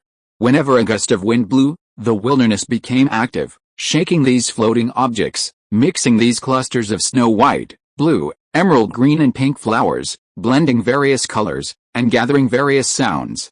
On a small hillside with blooming mountain flowers somewhere in this wilderness, the second child Teoho took 2 foxes and 3 wild dogs who were relatively strong and not sick, endured hunger, walked tiredly, and searched all over the mountains and fields for the herbs that Honkser told her. However, they never thought that even in this wilderness under broad daylight, there would be unexpected dangers, and this fatal danger was about to come. Suddenly, all kinds of birds in the grove flew out of the woods at the same time, screaming, flying in all directions and far away. What's going on? Could it be that another beast has sneaked into the woods? Your guess is very good. There are indeed a few extremely vicious guys who sneaked into the woods. A male leopard led 2 cubs half the size of an adult leopard, tiptoed into the grove, and quietly approached the herb-collecting team led by Teoho. At this moment, the herb-collecting team of the second Teoho and his friends are on a small hillside, which is upwind, while the hunting masters, the leopards, are in the grove at the bottom of the mountain, which is downwind. The current situation is very favorable for the leopards who are approaching their prey in secret, because now the other party can't smell the leopard's scent at all and is in a state of no vigilance. Looking at the foxes and wild dogs that were staggering and wobbling, the male leopard couldn't help but laugh. Wow! God is really helping me. Look at these idiots, they can't even walk steadily, and they are almost sick, but they still come out to travel. Aren't they looking for death? This is exactly, there is a road to heaven, but you don't go, there is no door to hell, but you come. Don't blame me. These few days, the wife of the Zhao family is about to give birth again, and she needs nutrition. And those wild sheep, wild deer and the like are too agile and strong, and it is difficult to find them. Now that the fat meat is in their mouths, how can the Zhao family let it go? Well, we always eat wild cattle, wild deer, wild sheep and the like, and we are tired of them. It's time to change the taste. Today we can eat dog meat, which is not bad. Thinking of this, the male leopard turned to the two young leopards beside him and whispered, "Children, we will have dog meat to eat today. Wait a minute, you two will be responsible for rushing up and biting those two foxes to death, and I, your father, will be responsible for killing those wild dogs. Don't underestimate those two foxes, they are very cunning. You two are responsible for killing one fox each, and don't let them play any tricks and run away." At this dangerous moment of life and death, Teohu and her fox and dog friends were immersed in the beautiful dream of collecting herbs for treatment and finding food to go home. The three leopards who sneaked towards the Teohu herbal medicine team like thieves were very experienced. They tried to choose dense short trees and tall weeds, and approached slowly and quietly, 200 meters, 150, 100 meters, 80, 70. At this moment, a very subtle sound suddenly reached the ears of Teohu, who had a keen sense of hearing. She immediately stood up, pricked up her ears, listened everywhere, and sniffed the air around her fiercely with her nose, and she could already feel the increasingly obvious danger. Seeing the obvious alert action of the female dog Teohu, the male leopard felt that the time to attack had come. He shouted "Ao" and decisively sent out an attack signal. At the same time, he led the two young leopards to rush at the fastest speed of 25 meters per second. Such a fast speed in such a short distance, in almost a blink of an eye, the leopard pounced in front of the fox friends. Naturally, only the one who reacted the fastest could have a glimmer of hope, otherwise there was only one way to die. Sure enough, the female dog Teohu reacted the fastest and turned around and fled immediately, with a reaction time of less than 1 second. The second was the two foxes, and finally, the three wild dogs that were not sick. There was a stupid dog, frightened by the sudden disaster, and it didn't react for 2 or 3 seconds. It stayed there, not knowing what to do. In an instant, the male leopard bit its neck off without mercy, and it was the first to report to the underworld. The other two dogs woke up in about 2 seconds and knew to turn around and run away, but it was too late. The ferocious male leopard was already in front of them. In addition, they hadn't eaten anything for 2 days, and they were staggering when they walked. How could they run, and how could they escape the clutches of the leopard? Soon within 10 seconds, the two slower reacting wild dogs were also killed by the male leopard one by one. Next, the male leopard, who had been successful many times, chased the last remaining target Peach Blossom, with a momentum of never giving up until the goal is achieved. Now there are two foxes, each being chased by the two half-grown young leopards. Although it is a young leopard chasing a fox, it is not a simple matter.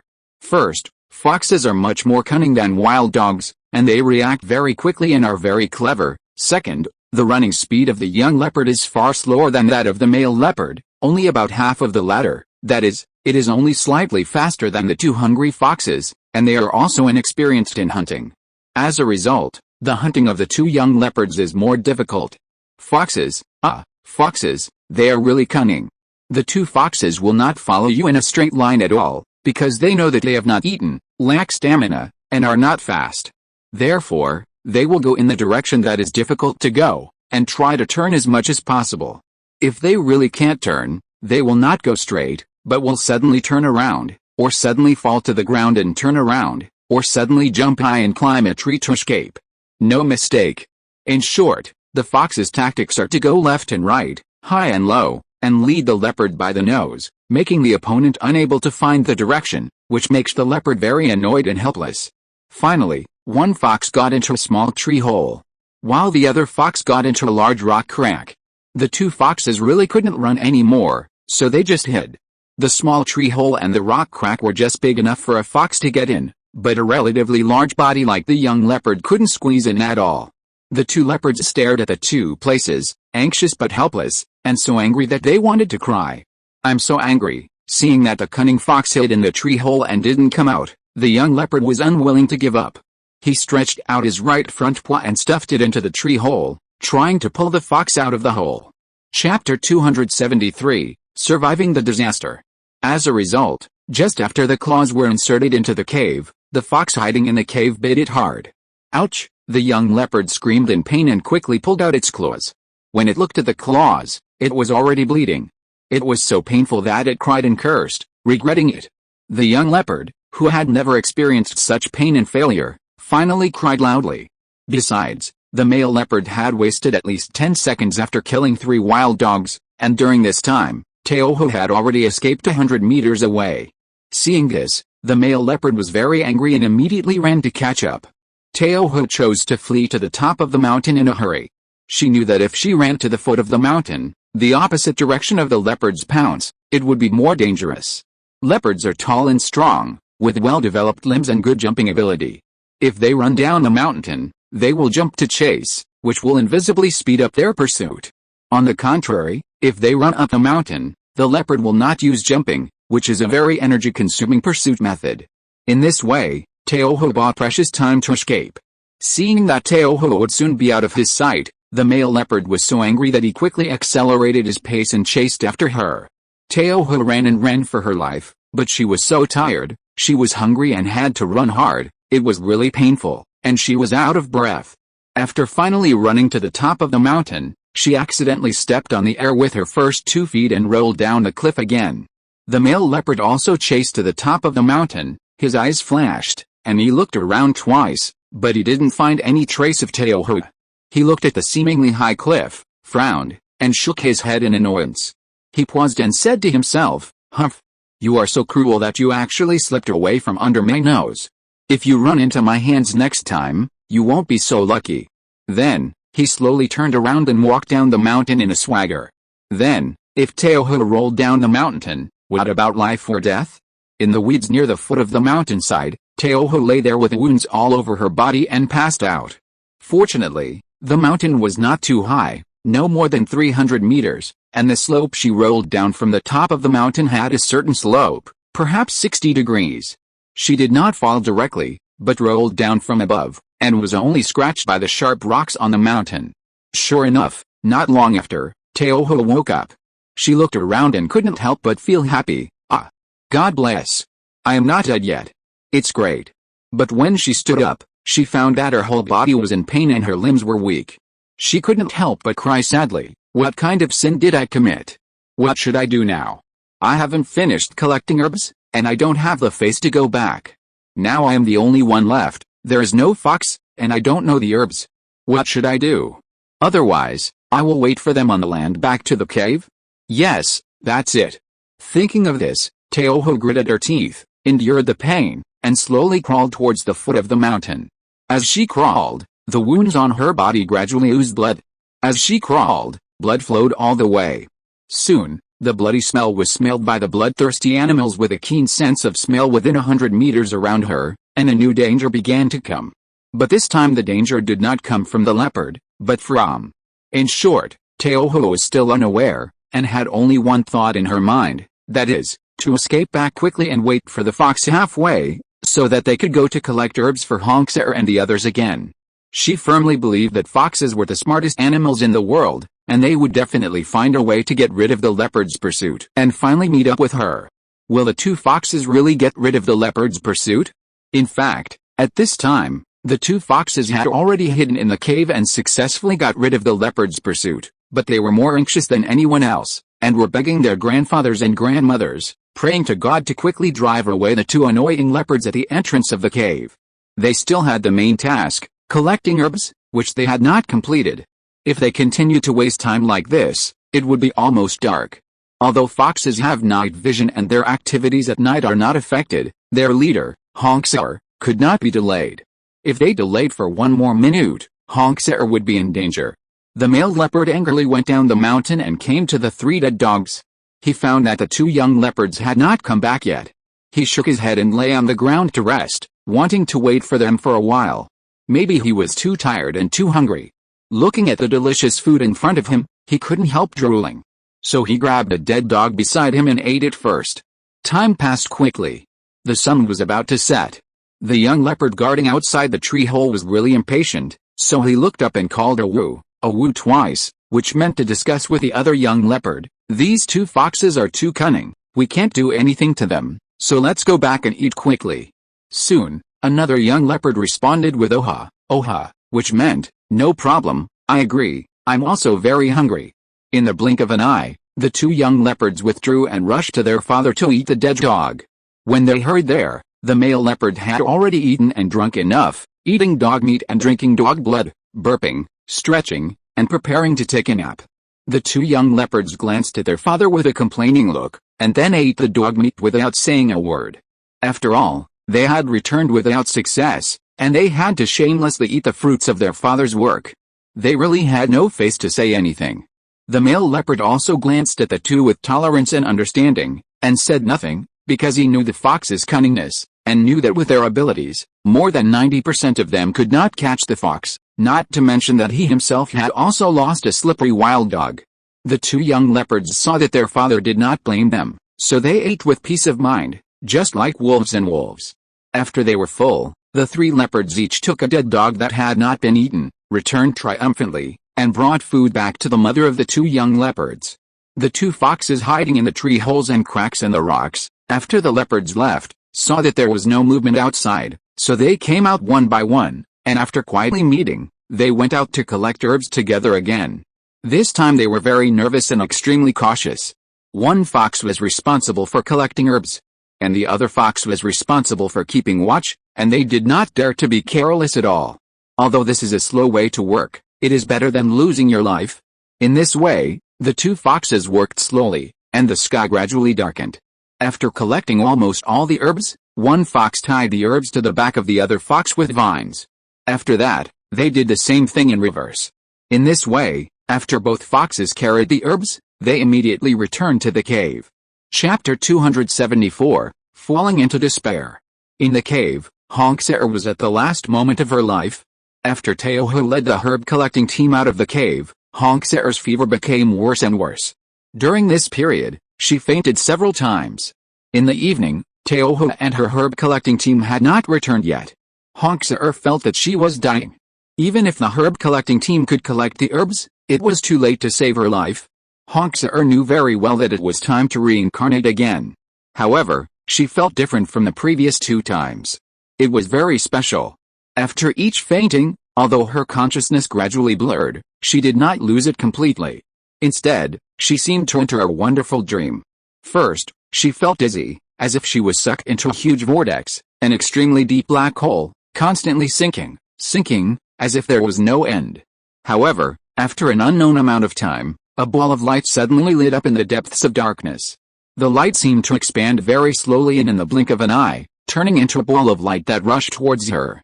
Suddenly, a strong white light burst out in front of Honksar's eyes, so bright that she couldn't open her eyes, but no matter how she closed her eyes, she still saw a strong light. The strong light passed through her body in an instant, followed by a strong explosion that could not be described in words. The violent energy expanded rapidly from a small point to an infinite size in the blink of an eye, filling the entire space in an instant. After the strong light and the violent energy impact, a void suddenly appeared in front of Honksar's eyes, and countless lights of various colors entangled with each other, forming different trajectories. After the light, the world slowly returned to silence, and the rapidly rotating universe galaxy appeared incredibly, with countless stars shining, as if full of vitality and flashing sparks of life. For a moment, Honksar seemed to have a sudden illusion that the universe suddenly came alive. Then, her eyes suddenly opened up, and she found that she had entered a very vast and strange universe. There were countless stars here, and they were still active. However, these stars were not planets, but cells of various sizes. They were various viruses, bacteria, T cells, lymphocytes, white blood cells, red blood cells and macrophages, etc. Isn't this the famous microscopic world? Honksar was shocked. She couldn't understand it very well, and thought, could it be that I will fail to reincarnate this time, and my soul will be scattered, and I can only become a cell molecule at most?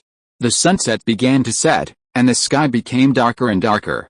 Teohu had climbed to the foot of the mountain with pain, and found that the way back to the cave was on the other side of the mountain. In other words, She had to go around the other side of the mountain now, and she couldn't help but cry out in pain. Now there are two roads in front of her, one on the left goes through a small forest, and the other on the right goes through a wetland. Obviously, looking at the road on the left, Teoho's scalp was numb and she was still in fear, because the ferocious leopard just came from the grove on the other side of the mountain, and who knows what dangers are waiting for her in this grove? Now she dared not walk through the grove, so she had to take the road on the right. After making up her mind, Teoho trembled and struggled to stand up, and began to walk towards the road on the right that passed through the wetland. Just as she was about to approach the wetland, she suddenly felt a chill on her neck, and a fishy smell came from the air. Then, from her neck to her whole body, she felt cold all at once. At the same time, from her neck to her whole body, she felt that the cold iron hoop was tightening. 2 minutes later, Teoho kicked her forelegs and stopped breathing. This was a big python that had been hungry for more than half a month. It was originally sleeping in the grove. However, the smell of blood on Teoho drifted to the grove 100 meters away, and was smelled by its sensitive long tongue, which made it excited all over. It immediately woke up from its sleep, eager to try, ready to catch this long-lost delicacy at any time. Originally thinking that Teoho would pass by the grove, the big python was very excited, so it lay on the spot ready to attack, and did not plan to attack immediately. But the opposite happened. Teoho walked in the opposite direction, and the farther it walked, the farther away from the grove. Seeing that Teoho was about to slip away, the python got anxious and immediately set off, quietly following it, and took action just when Teoho was about to reach the wetland, so the scene just now happened. The two foxes who were collecting herbs hurriedly and finally collected all the herbs needed for anti-inflammatory, cough and cold treatment under the cover of night, the minimum required equivalent of Isidis root, bupleurum, scutellaria and honeysuckle. The various herbs were tied to the backs of the foxes with vines, and then hurried back. When the two of them returned to the cave panting, Honkser was already on her deathbed. One fox didn't care about anything else and hurriedly put the various herbs he collected into his mouth to chew, and after chewing them up, he poured them into Honkser's mouth to mouth, but it was too late. At this time, Honkser only had the inhalation, no exhalation, and slowly, before she could leave any last words, she kicked her legs and passed away. Then this time Honkser, to be precise, she is no longer Honkser, but Feifei. What kind of animal or creature will he be reincarnated into? Unfortunately, he will not be reincarnated into any animal or any creature. The alien soul transplant research team unanimously decided to transplant his soul into a microscopic life form, a virus, pneumonia virus. And the virus is not a living organism at all, it can only be regarded as a living organism at most. No mistake, one post, one content, 1619, one book, one bar, one look. This is a brand new research topic, and it is also a very risky topic. Of course, this risk is mainly for Gao Feifei. If it fails, then Feifei may never be reincarnated, that is, his soul will be scattered. This is obviously very unfair to Feifei, because the research team did not ask Feifei's opinion in advance, but forced him to accept it. It seems that a huge challenge is coming. Is Feifei ready? Generally speaking, it is unlikely for the souls of animals, including humans, to enter the microscopic world. This question sounds very mysterious. For us Earthlings in the solar system, let alone souls entering the microscopic world, we have never seen what souls in the macroscopic world look like. However, the aliens on this planet have very advanced science and technology. Recently, they have developed a soul transplantation method called soul concentration and microparticularization. This is simply too shocking and unbelievable. Chapter 275 Microscopic World. So, what is the soul concentration and microparticle method? What effect will this method produce? The so-called soul concentration and microparticle method means that they can now subdivide the soul into tens of thousands, hundreds of thousands, or even millions of parts of the original, and can also transplant these very small souls into very small bacteria or even viruses, so that these bacteria and viruses have human intelligence. This is really terrible for the people on Earth in our solar system at present. It is much more terrible than the nuclear weapons of the past. There seem to be several problems here: how to decompose this invisible and intangible soul, how to maintain vitality, mind control, after decomposition, and after completing the task. These decomposed souls must be gathered and merged, and then reincarnated again. These things are easy to say, but very difficult to do, very difficult, especially difficult. If the soul cannot be gathered in the end, Feifei will be completely finished. In this way, these aliens are too wicked and too hateful. This is also the real reason why they dare not use their own people for experiments, but go to other planets to capture people for experiments. As the saying goes, I am the fish and others are the butchers. Feifei also had to accept this cruel reality, a serious challenge. Let's see how Feifei coped with the challenge of fate. This time, Feifei did not feel dizzy, but was more conscious. He felt that his body suddenly became very light, as if he had no body.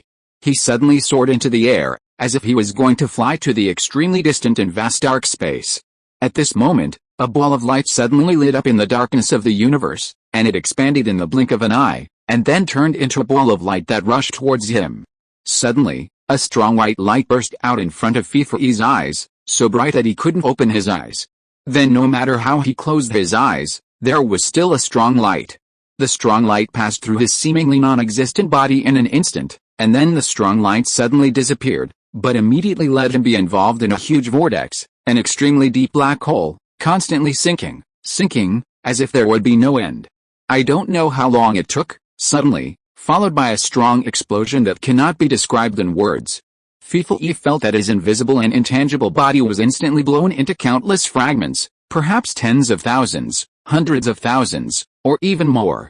These countless body fragments flew to all directions of the universe with a violent explosion, as if Feifei's ethereal body also expanded to very large size, as if it was going to fill the entire universe. However, Feifei did not feel strongly uncomfortable, as if those countless body fragments were still under his control, as if he was the Monkey King in Journey to the West, and those fragments were just the little Monkey Kings he had transformed into. Gradually, he found that his broken body slowly stopped expanding, and finally stopped. What was going on? What was going on? Feifei was confused.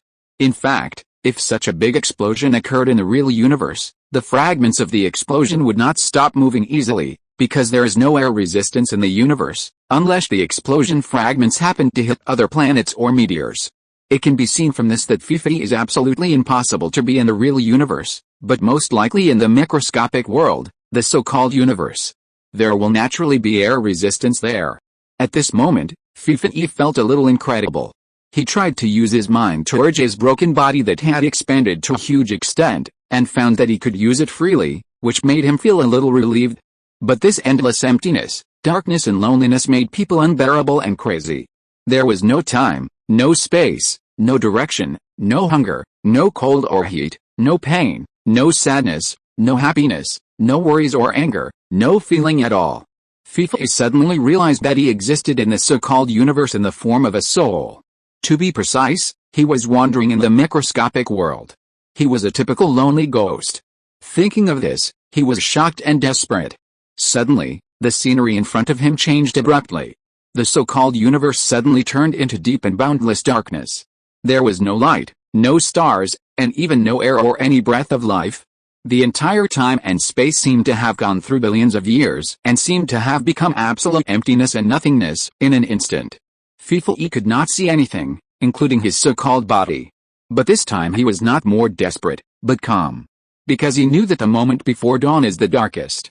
Now he can only sleep and wait for the arrival of dawn and the miracle with hope. It seemed that countless centuries had passed, and it seemed that in an instant, the deep and boundless darkness in front of him was broken by a ball of light that suddenly magnified. It came without any signs beforehand, as if it fell from the sky, waking Feifei from his deep sleep, making him feel that happiness came too suddenly. No mistakes in one song, one post, one content, 1/6, 1/9, one book, one bar, one look. Feifei seemed to feel the hope of life. The reason he said that was because he found that the scenery in front of him had changed abruptly again. The bright light that was so bright and dazzling just now suddenly disappeared without a trace. It was really coming and going without a trace. However, although the light was gone, the scene in front of him did not return to darkness. Instead, faint white clouds that had gathered at some point rolled in from all directions, threatening to cover the sun and the sky. A thrilling change was about to happen. This made Feifei extremely excited, but also uneasy. He had to build up his strength and respond hastily. These unknown white clouds seemed to be flustered and seemed to be in a hurry to go to the market. They seemed to have not noticed Feifei at all and passed through his empty body directly. Feifei was a little puzzled, and then he thought for a while and felt relieved. Yes, I am a soul now, and I don't exist to them. Then what are they? Otherwise, I will sit on them like a taxi and see what's going on. So Feifei urged his broken body to sit on a big white cloud that happened to pass through here. Then, a strange scene he had never seen before made him dumbfounded. This white cloud is actually composed of countless small viruses, about hundreds of thousands, or even millions of them. Let's call it a virus cloud for the time being. At this time, these virus clouds are neither going to the market nor to the party, but to the dinner, or to conquer the city. Out of curiosity, Feifei mobilized his mind and issued instructions to each fragment of his body, requiring each of them to control a virus in the shortest possible time. End of this chapter. Thank you very much for reaching the end. Don't forget to like. Looking for more exclusive content and immediate access? Subscribe to our Patreon. Remember, every like, subscription, or donation encourages us to continue. Thanks to everyone. See you in the next video.